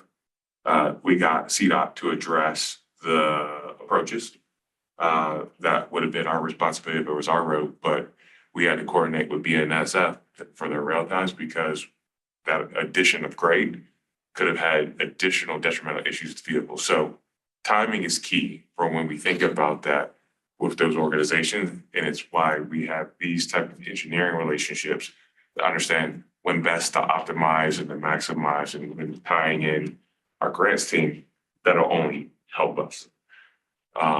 There was the question about Highway 2 and about grade separated interchange or grade separation between those. The first step is the step that we're taking with our consultants that we have under contract that are looking at each one of those intersections as it relates to the corridor and seeing how we can improve pedestrian vehicular access east-west, but also north-south, so that we can see what that would look like for us then to take that next step of really diving into what would that cost for us? Because that's what we need to be able to have for a grant, something that we have a starting point for us to take to the next stage.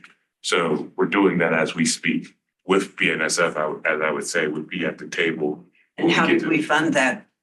That was under the My C3 at the beginning of this year. You appropriated $175,000 towards a corridor study, Right, which allows us to look at that stuff. except when Councilmember Douglas Chacon and I were in DC along with staff. The Department of Transportation said that if you need to do a survey, apply for it because they would give the money. So when we give $175,000 of taxpayers' money for something that the federal government would have paid for had we applied, I think that we need to stay focused on what's available to us as free money, especially because of the Infrastructure Act. All this stuff falls under the Infrastructure Act. And if we're not applying for it, then we're not getting it. So that concerns me as well. However, when I heard Councilmember Hurst talk about geofencing, is there a way that we could put signage at some of these corridors, like 104th and Highway 2 that says there's a train, or 112th and some point that says there's a train blocking this intersection, don't proceed. Find an alternative route. I think we can definitely explore that and see what systems are out there that will allow for us to utilize that. That's the best answer I can give. I mean, we had a system called TrainFo, and I will tell you, it failed us miserably. It was to provide that level of service, and we would get inaccurate readings. We would actually have arms that would be triggered, in which the signage wouldn't say what it was supposed to say. It was a miss as it relates to an opportunity for us to try to communicate what you're asking us to. And as my knowledge of what's out there, I think you would agree, TrainFo is what is out there for us to use. There may be new technology since that we'd have to go look for, but TrainFo is billed as being one of the best, and it didn't do us anything. And it didn't do us any service. So that being said, are we still willing to explore looking for solutions? Absolutely. If that is the guidance that council would like to give me and my team to go take a look at, bring something back and see what would be necessary. But I'm also have to be realistic that we haven't had much success in that in the last 4+ years.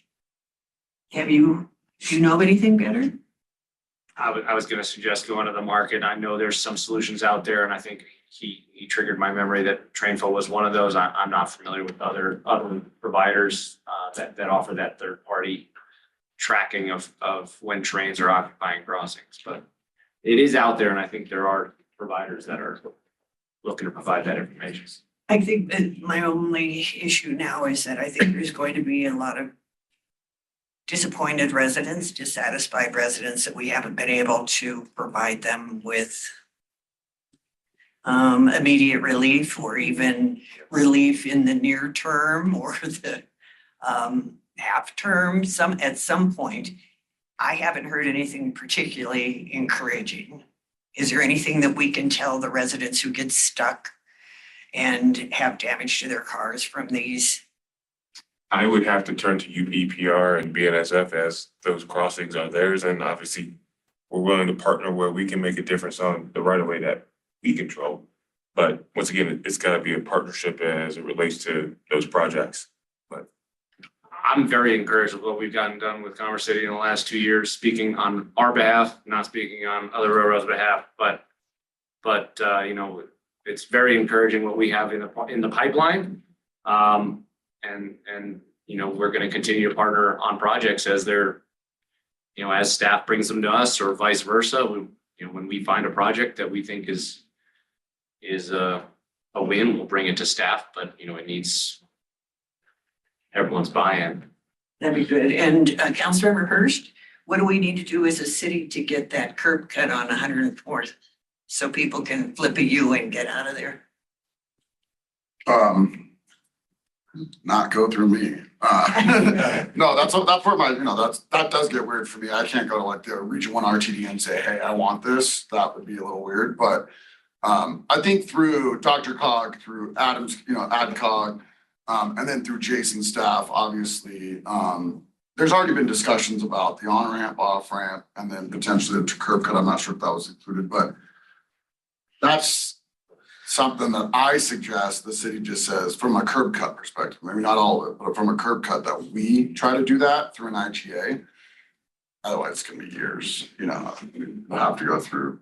So to that, we've had a conversation with the Region 1 director. We are establishing a relationship with the staff that that individual is putting in place across operations projects, and particularly tying ourselves in more closely with what they would like to do in Commerce City. That also includes 104th, whether that's devolution and or access thereof, as well as other highways that run through the city.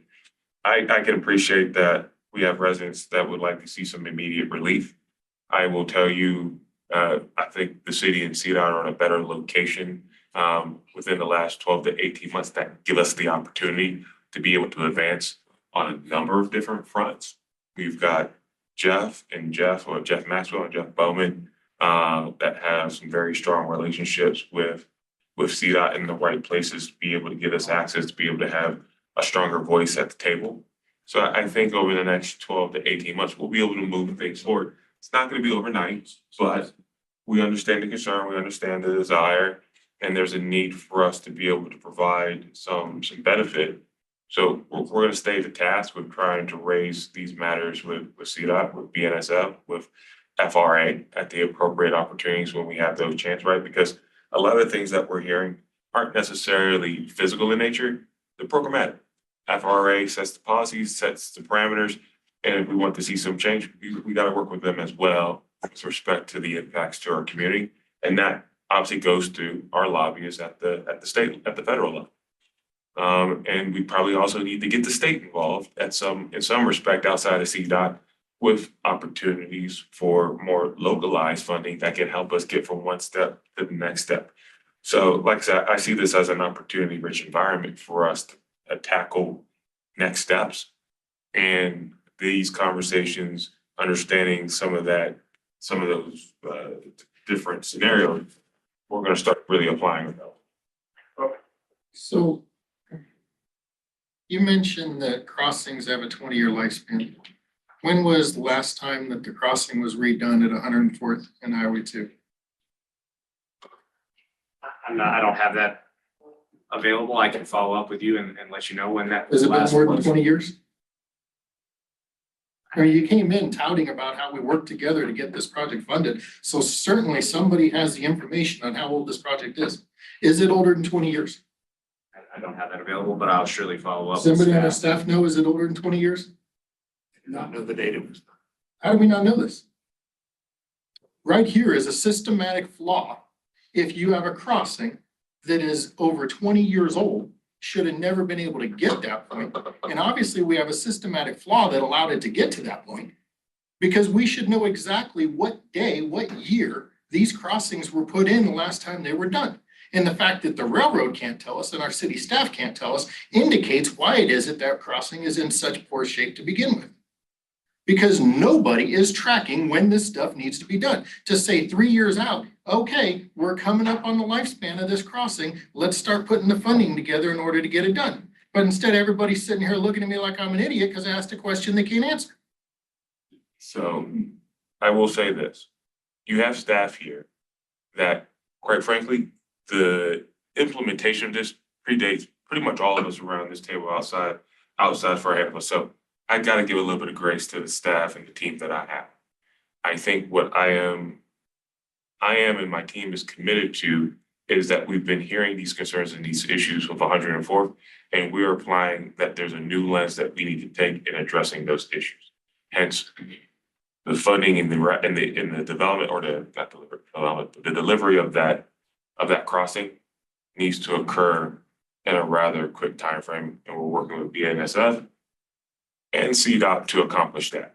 But what I want to know is why the railroad is not doing their diligence to say at the 17-year mark, it's time for us to start securing funding and start planning so we can get this fixed instead of it continuing to be a problem that lingers on for another 6 to 8 months for this community.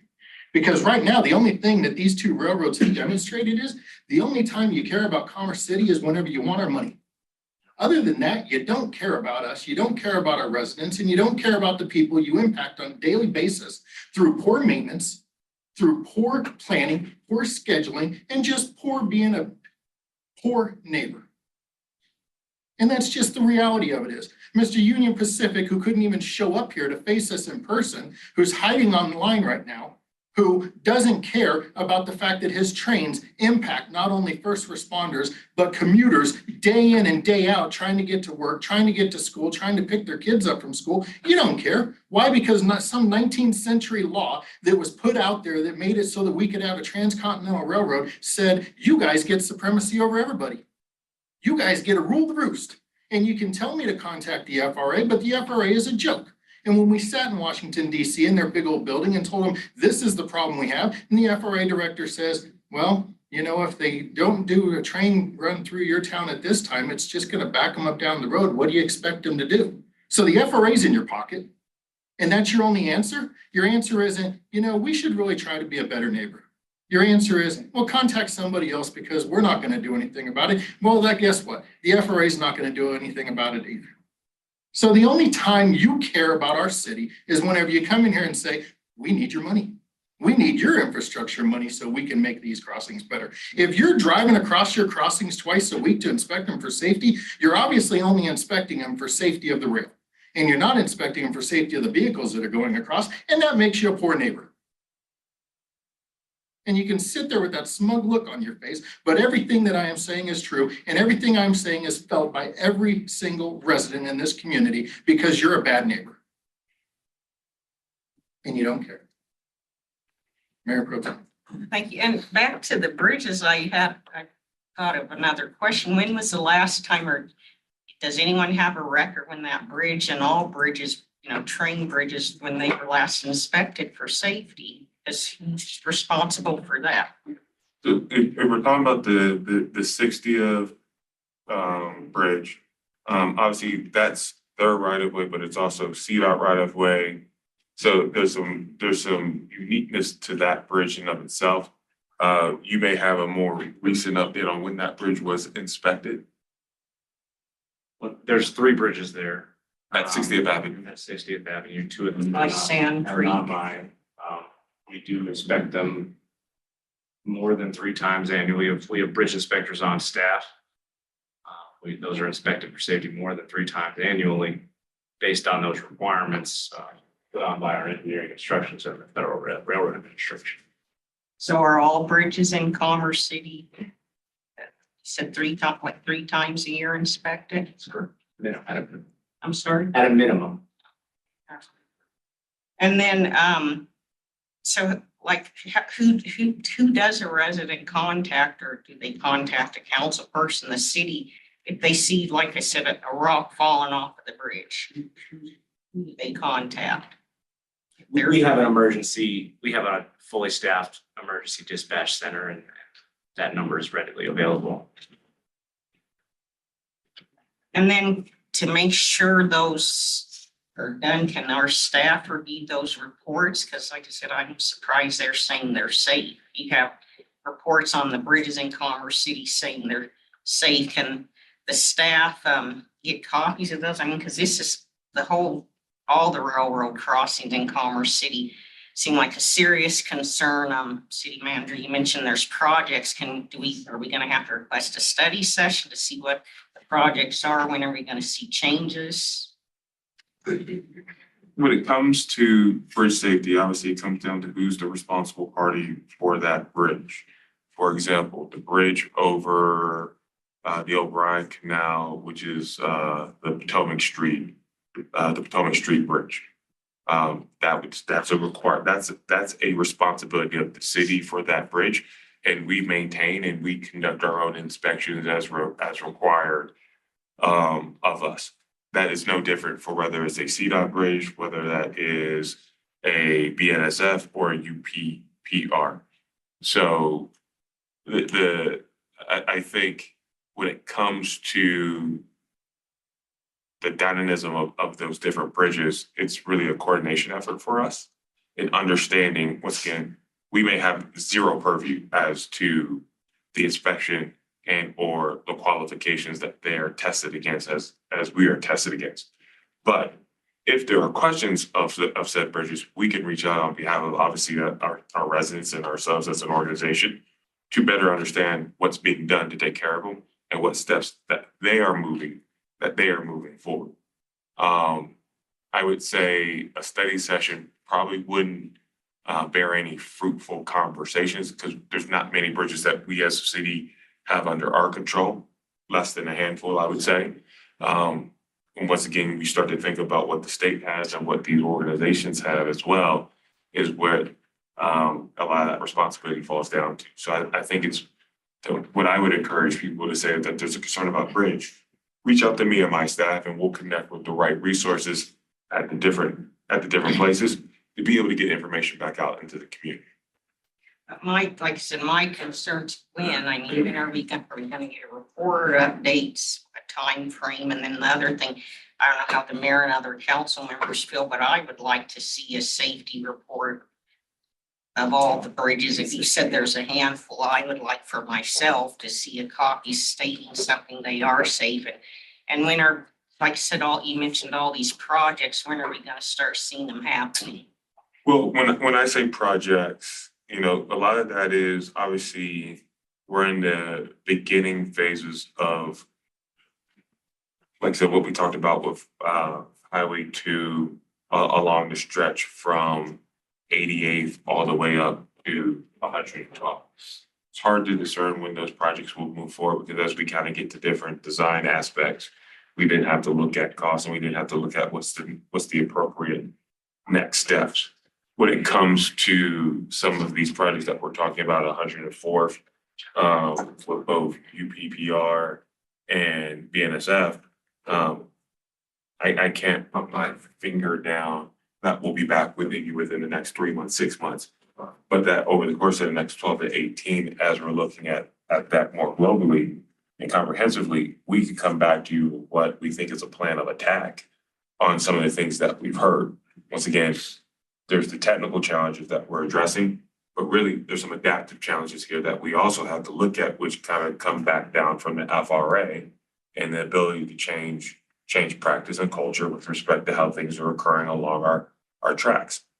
And or being able to emphasize at the state level or federal level on getting some funding to help our partners be able to get things done. So I unfortunately can't commit to an exact date for you because, like I said, we've really got to dig in and see how best to attack that with 2, 3, possibly 4 parties at the table. Jason. Also, if I could just add, so we do sufficiency ratings on all of the city bridges every 2 years. I'll send out that sufficiency rating report to all of you so you can see the status of all of the bridges. The threshold is if it's less than 20 feet, the city, we inspect it ourselves. If it's greater than 20 feet, CDOT inspects it for us. They put together that whole sufficiency report and I'll send it to all of you. Thank you. Councilmember Ford? Yeah, I just had a couple other questions. Again, thank you for coming in. There was a project, it's been some time back, that was planned for tying the 2 railroads together across Rosemary Street between 72nd and 80th. I know the railroads have bought up quite a bit of land in there with some residential housing. Whatever happened with that potential to tie these railroads together? Is it gonna happen? Is it not gonna happen? And if it's gonna happen, when? If it's not gonna happen, what is the intentions with the land that's now owned by the railroad for maintaining it. I know several of the houses are I am rentals. familiar with the area you're talking about. That property was purchased by Union Pacific. I'm not familiar with any plans other than it was bought, but I mean, that was. They called it a necklace, and they were gonna tie the two railroads together. And it just has kind of went by the wayside, but I know, and if it's UP that owns the property, again, it's just a question of, maintenance. And while we're on maintenance, one of the biggest concerns, especially after we've seen some of the wildfires and what they've done to some of our neighbors to the west, we're struggling with maintenance, and we're citing our residents and we're citing our businesses. The one entity that we really have a hard time getting resolved from is the railroads on maintaining some of the weeds along your sidings. And we know that a lot of the sidings are right behind people's houses, and the main line goes right behind people's houses. And it's that maintenance of the railroad right of way when it comes to weeds. It's really hard for us to push our residents and our businesses, and they go, well, look at the weeds over there. Nobody's doing nothing there. And it really is a bad reflection. I don't know how we can improve our partnership to really get the railroads to do a little better job of trying to keep those weeds down. Over the years, we've had multiple weed fires that our firefighters have had to fight because of sparks coming off of the tracks into those weeds that are behind people's houses. So I'd like to see improved relationships to try to work together to try to get those weeds maintained along those right of ways. It's tough because and normally we would go in and we would just mow them and then place the charge on the property owner. But it's within your right of way, and there are risks by having those trains coming down through those right of ways, and coordination to make sure we get, we'd like to see our city cleaned up in many areas, and weeds seem to have been out of control for the last year. It's been a hot topic, and would just love to see how we can improve our relationship with the railroad to get better maintenance of those right of ways where they go past our residents. That's all I have. Do you have any ideas on the maintenance? Honestly, we received several of those inquiries, and it really depends on them being reported through the proper protocols, right? If you just tell the guy on the track that you saw, there's no record of that, come to me, come to our public affairs person, come to your staff to come to us directly, and we certainly will make sure that gets taken care of. All right, it's appropriate. That's what I needed here. Thank you. That's from Douglas. Thank you. First of all, I would like to concur with the sentiments of our mayor. I happen to remember the night that the proposal for us giving half of the money out of taxpayer dollars to meet your half to have that work done was on a consent agenda. It was also on a night that there were several other very contentious items on the consent agenda, which were pulled. Decided not to pull the railroad one because I thought the other ones had priority. And I thought it was probably gonna pass anyway. So I would hope that we would go to whatever agencies, entities to change what is happening.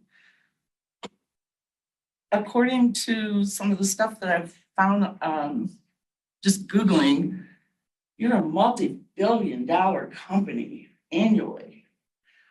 So why is it that you expect to always externalize your costs? I was also very insulted by the fact that you implied that our citizens should have to make a sacrifice of our quality of life for the benefit of the economy of the entire nation. It's not right. You're a guest here. You come here to make money, but then you try to turn it on us to make us feel like, oh, we have to make the sacrifice because it's for the good of everyone else. So I would like you to take that back to your company because I'm sure that you're gonna have to do a report on your presentation tonight. Mr. UP, wherever you are, please do the same thing. At least this gentleman had the courage to show up tonight. And I appreciate that. But please do take that back. It's the average person who is expected to give up for the benefit of the privileged. And we're hardworking people here. We work for a living. We don't show up in an office and come up with lofty ideas of what we're going to tell somebody down the line to do because we think it's a great idea and we think we're superior to everyone. No, we take lunch boxes to work and we show up and we work. But we still have to sit at those railroad lines. We lose people because our emergency vehicles can't get through. We lost, what, 3 or 4 teenagers at 112? That was a 15-minute delay just to go down 120. Right, and those families are never going to be the same. But you'll still have your billions of dollars every year. And to not, I know that SMART was trying to pass legislation at our state capitol just to have another engineer on every train that comes through. And they don't want to do it because it costs too much money. But what about the safety and the lives that could be saved by having another engineer maintaining the transport of hazardous materials and impacting hardworking people? I want you to take that back to your company because those of us who are serving on council, our citizens come first. And I wish by God that I would have taken it off that consent agenda that night. Like I said, there were other things that were even more contentious than that. We shouldn't be splitting the cost with you. You should be taking care of our safety and you should take it out of your profits to assure that we're safe. Because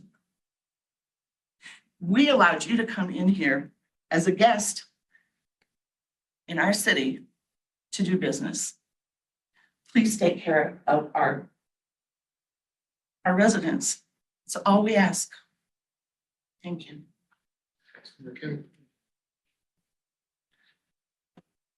Wow, just a lot there. So, I gotta say, I really appreciate the partnerships that we are attempting to have. Understanding that it is a little bit busted right now. But I appreciate you being here at least and actually presenting some of the information you have. Mr. Cormer, are you still on the line? Yeah, I'm right here. Perfect. Okay, so there were 2 questions that were raised, and I didn't hear you answer on those. One was regarding with Councilmember Noble's question with regards to what is it that you think we could go back and let residents know with regards to UP and our current railroads that are out there that parallel Highway 85 within Commerce City? What is it that we can tell them in hopes that we can provide some positivity to them to let them know, hey, this is what's happening, this is what's coming forward. Is there anything that you might have an idea on? I know there's a couple projects that we're working towards. I think if there are maintenance needs either on the crossing approaches or signing or striping, that UP has made great strides in kind of taking those requests and processing them in a quickly and an efficient manner so that you can have the right to enter the right of way to maintain your roadway. That's it. Okay. And then the other question that I think the mayor had mentioned, the question that he had asked him, I want to ask you directly too. Do you recall when those railroads were installed? And what is the lifespan of that usually? I have to know specifically which crossings you're talking about. Pretty I much mean- all your guys' crossings within, that's respective to Commerce City, along highway that parallels Highway 85. Yeah, I mean, that information's available. I'd have to look into it. Okay, so with that said, I think one of the biggest thing, and you know, I gotta say, you know, I would love to receive a follow-up from whether it's, you know, BNSF's or UP's respective departments or subject matter experts to a lot of the questions that council has asked. I would like to see that follow up, whether it comes through by email or through another presentation, wherever the case may be. I know there's a lot of questions to unpack here to answer on that, you know, I personally do not feel comfortable with to say, you know, sorry, first responders, you guys are just screwed essentially is what it sounds like, and that's not what I want to do. So I want to be able just to, you know, requests from both UPPR and along with BNSF to really go back, ask your folks, have them review this study session that is occurring tonight to really help answer, be more direct in your responses so that we know that what we could provide to residents. And obviously transparency is key. I mean, I love the fact that, you know, that there's been small improvements along those highway graded crossings for BNSF. Knowing when we're gonna do something for UP side would be fantastic. To give those updates or whatever the case may be, to be very transparent with residents so they know, to not have to hear one long, two shorts as they're crossing over a railroad crossing at 3 a.m. when it's supposed to be quiet zones.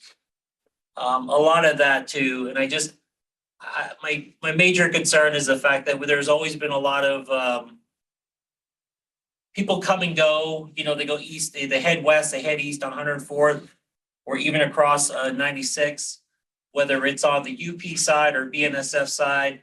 And sometimes they're just delayed there. They're sitting there for almost an hour, especially when you have a long day at work. You're just sitting there. It's happened to me. And I just sit there, twiddling my thumbs.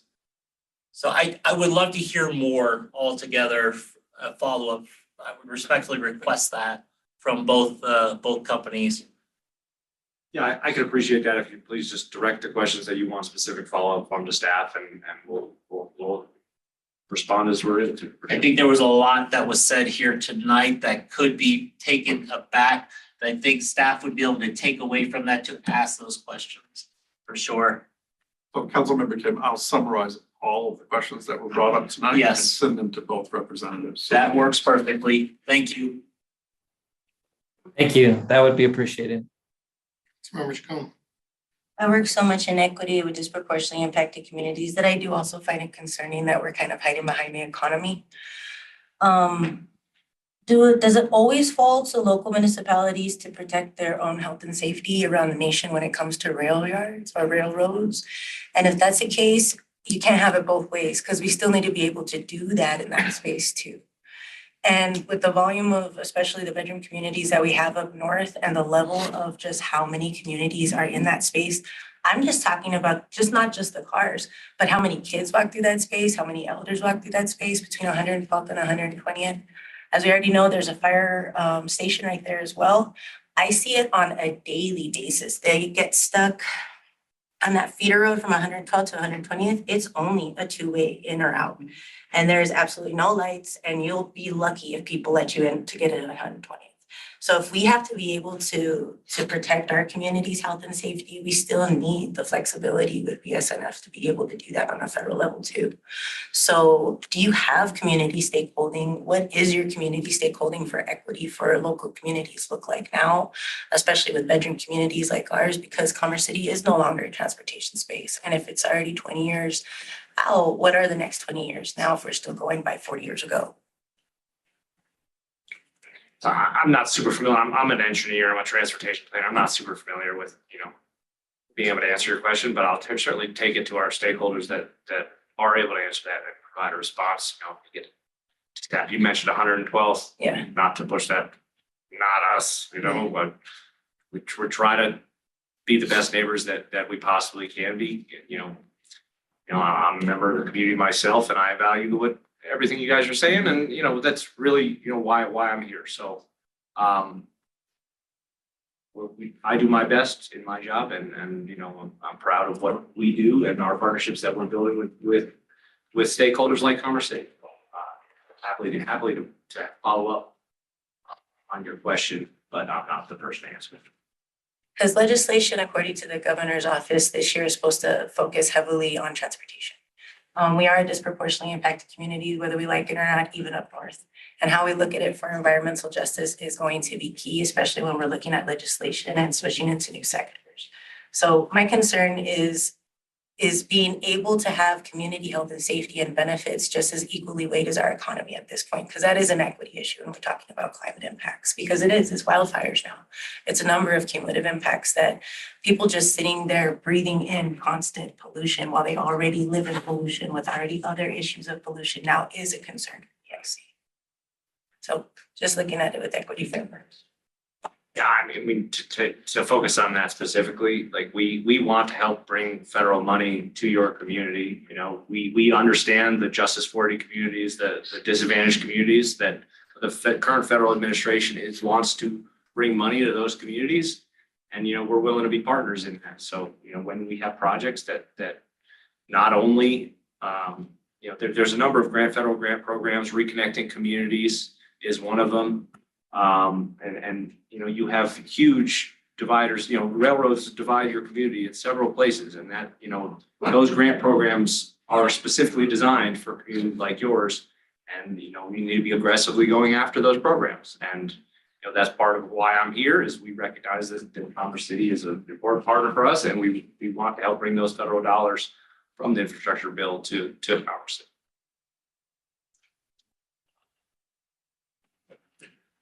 Any other comments, questions? I just like to mention that I'm also just an engineer and I heard what you said and I'll take that back to our public affairs group who can address that for you. Thank you. Councilmember Hurst. Just to give you guys a heads up, there is a state freight and passenger rail plan. That's where that stuff's directly being discussed at the state level. It's about to go to Federal Highway Administration or the Federal DOT for approval. It's part of the law, but we don't own anything at the state from a rail perspective, so we have very limited planning authority. So it's a federal plan, has to be approved, but we only can check so many boxes. Not in my group, but in Division of Transit and Rail at CDOT.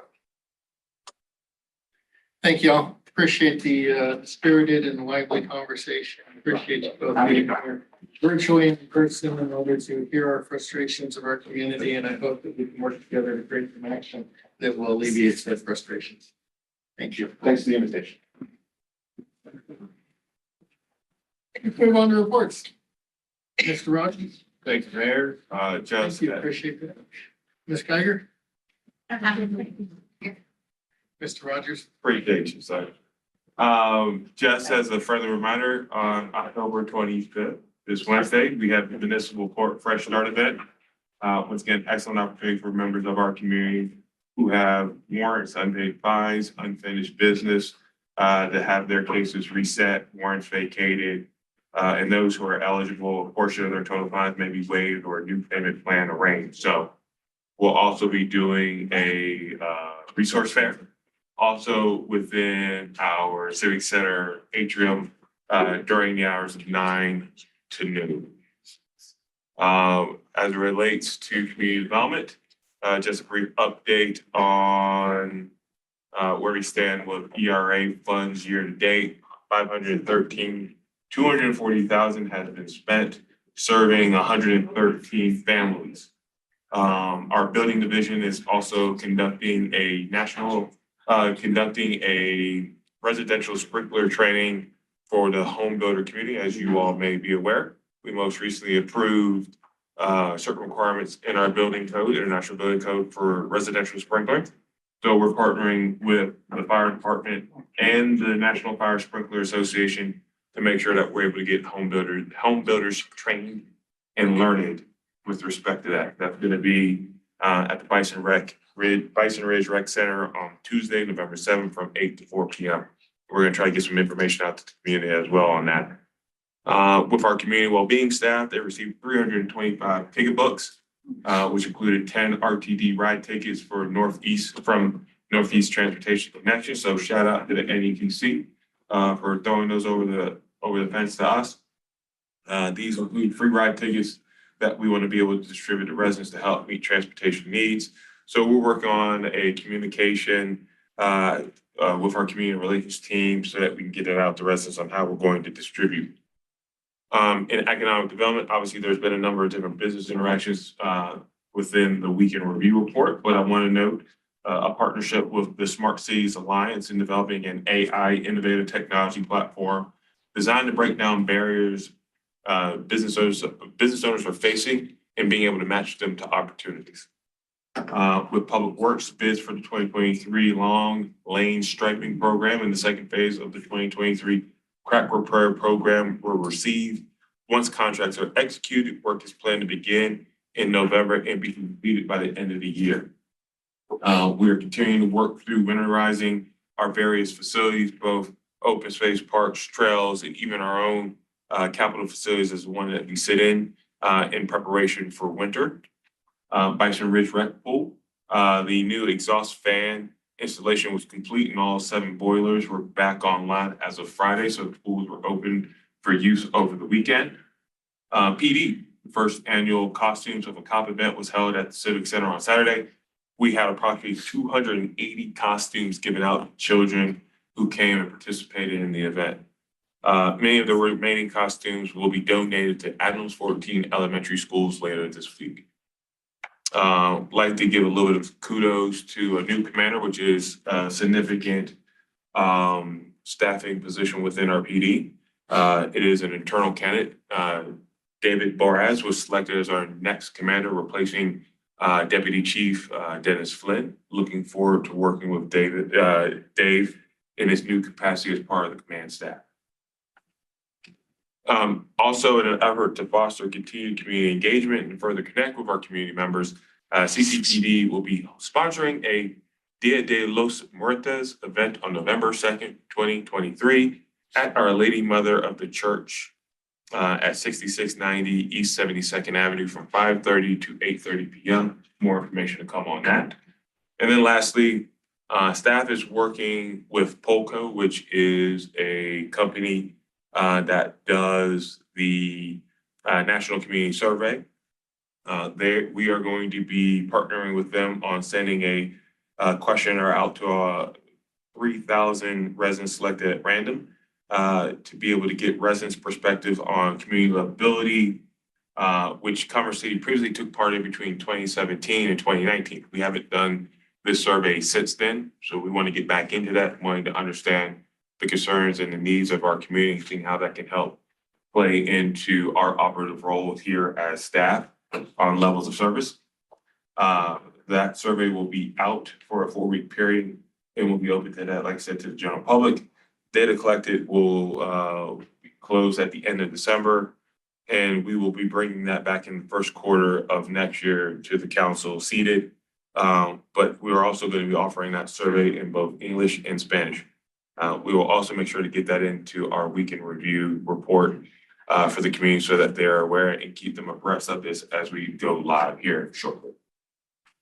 That ends my report. Any questions for Mr. Rogers? Councilmember Noble? Yes, I have 2 questions from your weekly report from constituents. One of them wanted a greater explanation about administrative approval of the hotel at 96th and Tower. If you don't mind teasing that out for me, ma'am, what specifically are they looking for? How it was administratively approved.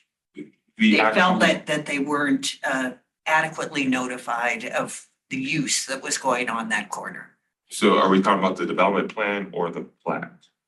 There is a grand opening of a hotel on November, or groundbreaking for a hotel on November 9th at 96th and Tower. Yes. Yes. He wants to know, he is president of a metro district and he wants to know how it got administratively approved. And I thought you could give that explanation. Okay, so obviously we have a development review process in which under the overarching EUD, planned unit development zone document, it established that a hotel use was a by right use, which then means that since it's allowed by right, it does not require some discretionary review by planning commission and city council. The community development director or designee, based on the submittal of the development plan. The development plan is our terminology for a site plan, which looks at the physical environment of the built environment of the building, landscaping, parking, and assured with requirements of the PUD. That development plan is identified through a administrative process, which is approved at the staff level, unless there's a determination made by the community development director that the proposed site plan, requires to be heard by the public or through a public hearing process and a determination to be made by city council. It was determined through the administrative review of that development plan that all necessary requirements, both development and or performance standards, if there were any under that PUD, have been met, which allowed for the approval to move forward to the next stage, which would be the issuance of a building permit and grading permit. Okay, thank you very much. And second constituent had an idea regarding your report on sign issues under code enforcement. And for the political signs, the suggestion was that a code enforcement officer, when they find a sign that is illegal, say in a tree lawn, or as you refer to it as a right of way, that sign actually be taken to the porch or something, left there along with a note that says, this is illegal. You need to put it in your yard, as opposed to confiscating the sign and going elsewhere. And I actually thought that was kind of a genius idea, and it was pretty neighborly. It would have been really friendly on the part of the city to do that for anybody. And I would suggest going forward that you, as the city manager, send the message to staff that that's the kind of So I appreciate. treatment you would like. I appreciate, yeah, thank you for that, ma'am. My apologies. I appreciate that. I will have to defer that based off of that, since we're talking about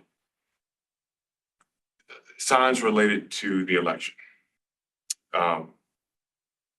My role is the enforcement of the code and the provisions, and at the request of what I received from the election official, which I believe was outlined, and the election official can correct me on how signage is going to be handled, subject to the enforcement by city staff. So while I appreciate the residents' suggestion, more than willing to share that suggestion with the election official and have that discussion. The practice that we have established with respect to equity and transparency on how that will be handled, I believe we will continue to do what we have been, which is taking those signs and making candidates aware on where they will be able to pick those signs up. That part's not happening, nor is equity. So I think you should go back to the idea of putting them on the front porch and leaving a note. I think that would be the friendliest way to do it. It is, a small town mentality when you're doing these very quick turnaround political campaigns. And I think that would just be kindest for everyone. I'd have concerns because without consent, either statutorily or actual consent, our code officers could just operate on private property. So depending on where the porches are situated, or if they're actually going on residents' lawns and the like, that could be an issue, which is why I believe they're confiscating the signs in the right. I'm not suggesting that they replace the sign, simply pull it out and leave a note that says that this is illegal, because that certainly wasn't made clear at the candidate information meeting. It wasn't made clear. So I think it was just a friendly way to do this. We can talk about where the private property lines are and sort of the consent issue at a different time. Absolutely. Councilmember Kim. Thanks for the report, Mr. Rogers. A couple weeks ago, I think I had mentioned maybe, like, I know we're talking about transportation a little bit between the two rec centers and all. I just wonder if you're able to tease that out maybe a little bit more, if you've been able to chat with staff, just thinking more of like on an hourly basis or something, to where people in the south can go to the north to the south. I don't know if there was maybe a test pilot of some way, some shape or form that could be done. Good question. I have not most recently spoken with staff on the matter, but I do know that they've been actively identifying how to provide greater level of transportation between Eagle Point and Bison Ridge.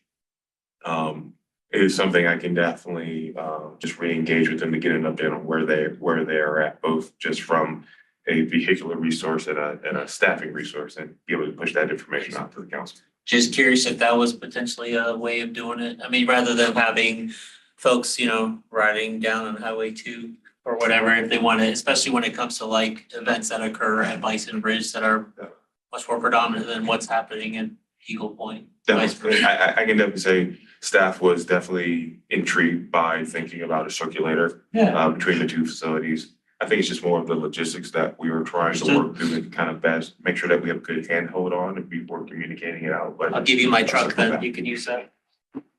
Kidding. Give it. Sorry. Any other questions for Mr. Rogers? Ms. Geiger? You have a report to give? No. Any council members need to give a report? Councilmember Kim? Thank you, Mayor. So I just want to say on the 18th of this month, I had the opportunity to finally attend one of the 27J District Accountability Committee, where they did present. This was all done virtually, obviously. That was presented as far as what certain schools were doing and where their currently standings are at. While it is still, some of the areas are still below average, they have provided steps as far as moving forward as to how to increase the essentially grades of the students that are there. Unfortunately, I couldn't attend the Adams 14 DAC committee that night. The next meeting for Adams 14 actually is good for the District Accountability Committee is on the 8th at 6:00 at the ESS building at Adams 14.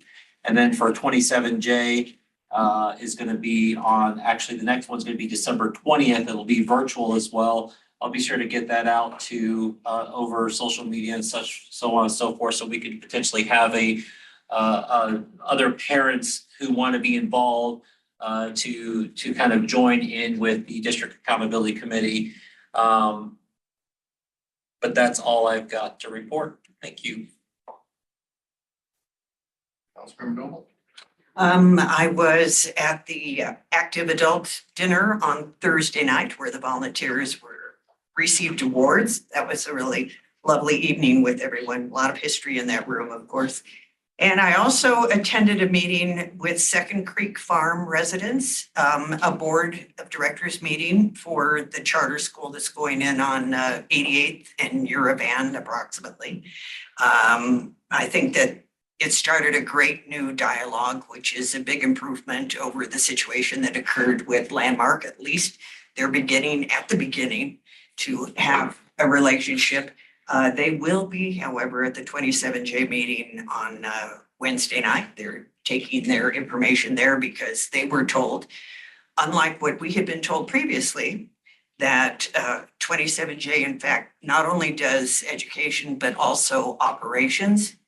And I can't remember what the third thing was, but they have more influence according to the folks with the charter school with National Heritage than we had been given to believe. So the residents are going to go to the 27J meeting on Wednesday night. That's it. Any others? Councilmember Douglas. Thank you. I went to the Adams 14 Board of Education meeting on Tuesday night, and that was held at Lister Arnold, which was old Alsop Elementary. So they've incorporated that into their the 4 academies that they've got set up, and it was a really good meeting. On Wednesday night, I went to the Adams 14 DAC meeting, very well attended, more people than I have ever seen there over the years. And I've been attending those DAC meetings for a very long time. And now I found out that I'm officially going to become a voting member of the DAC. So that was pretty cool to find out. Then on Thursday night, I had a senior moment. I was supposed to go to the adult event, and instead I went to the youth commission meeting. And they are going to be putting on their first conference for the area. So they're going to be inviting all the different school districts from around the area, and the conference will be on life skills. So it'll be a full day event, and it just sounds really exciting. I also went to the EPAC meeting today, and that was great. Again, increasing attendance always. Dr. Russo's doing a great job. And then I wanted to mention that I forgot to say that I testified at the ECMC, which was formerly the COGCC, Colorado Oil and Gas Commission, Conservation Commission. I spoke at the hearing on cumulative impacts, which unfortunately should have been done first 5 years ago when 181 was passed. Managed to kick the can down the road for 5 years, and now they are addressing cumulative impacts after approving permits for over 5,000 wells in that period of time. But I did say that I was there on my own accord and that I was on council, so I did disclose that. That's all I have. Thank you. Any others? I'll go really quick. I testified at the legislative panel 2 weeks ago for the ozone bill, again, for cumulative impacts. We're trying to push the EJ Act, so also spoke on the ECMC, even with Denver 7, about what is cumulative impacts, how can it apply to local municipalities. And then last Friday was the governor's roundtable with EJ stakeholders and EJ communities. We don't have the numbers yet. They're supposed to come out November 1st for enforceable protections for environmental justice and all the asks that we've been asking. So it's supposed to be a lot more funding coming to local municipalities. And then the governor vowed to work with us specifically in transportation. So a lot more focus for EJ funding, especially for Commerce City, and a lot of more urban and rural spaces to address the IC. That's it. Any others? Great. Thanks, everybody, for your participation this evening. As always, it's been a pleasure. See you all in a couple of weeks. Have a good night. Please say this. Thank you. You guys. So much music on my office. I do. Mine's slowly.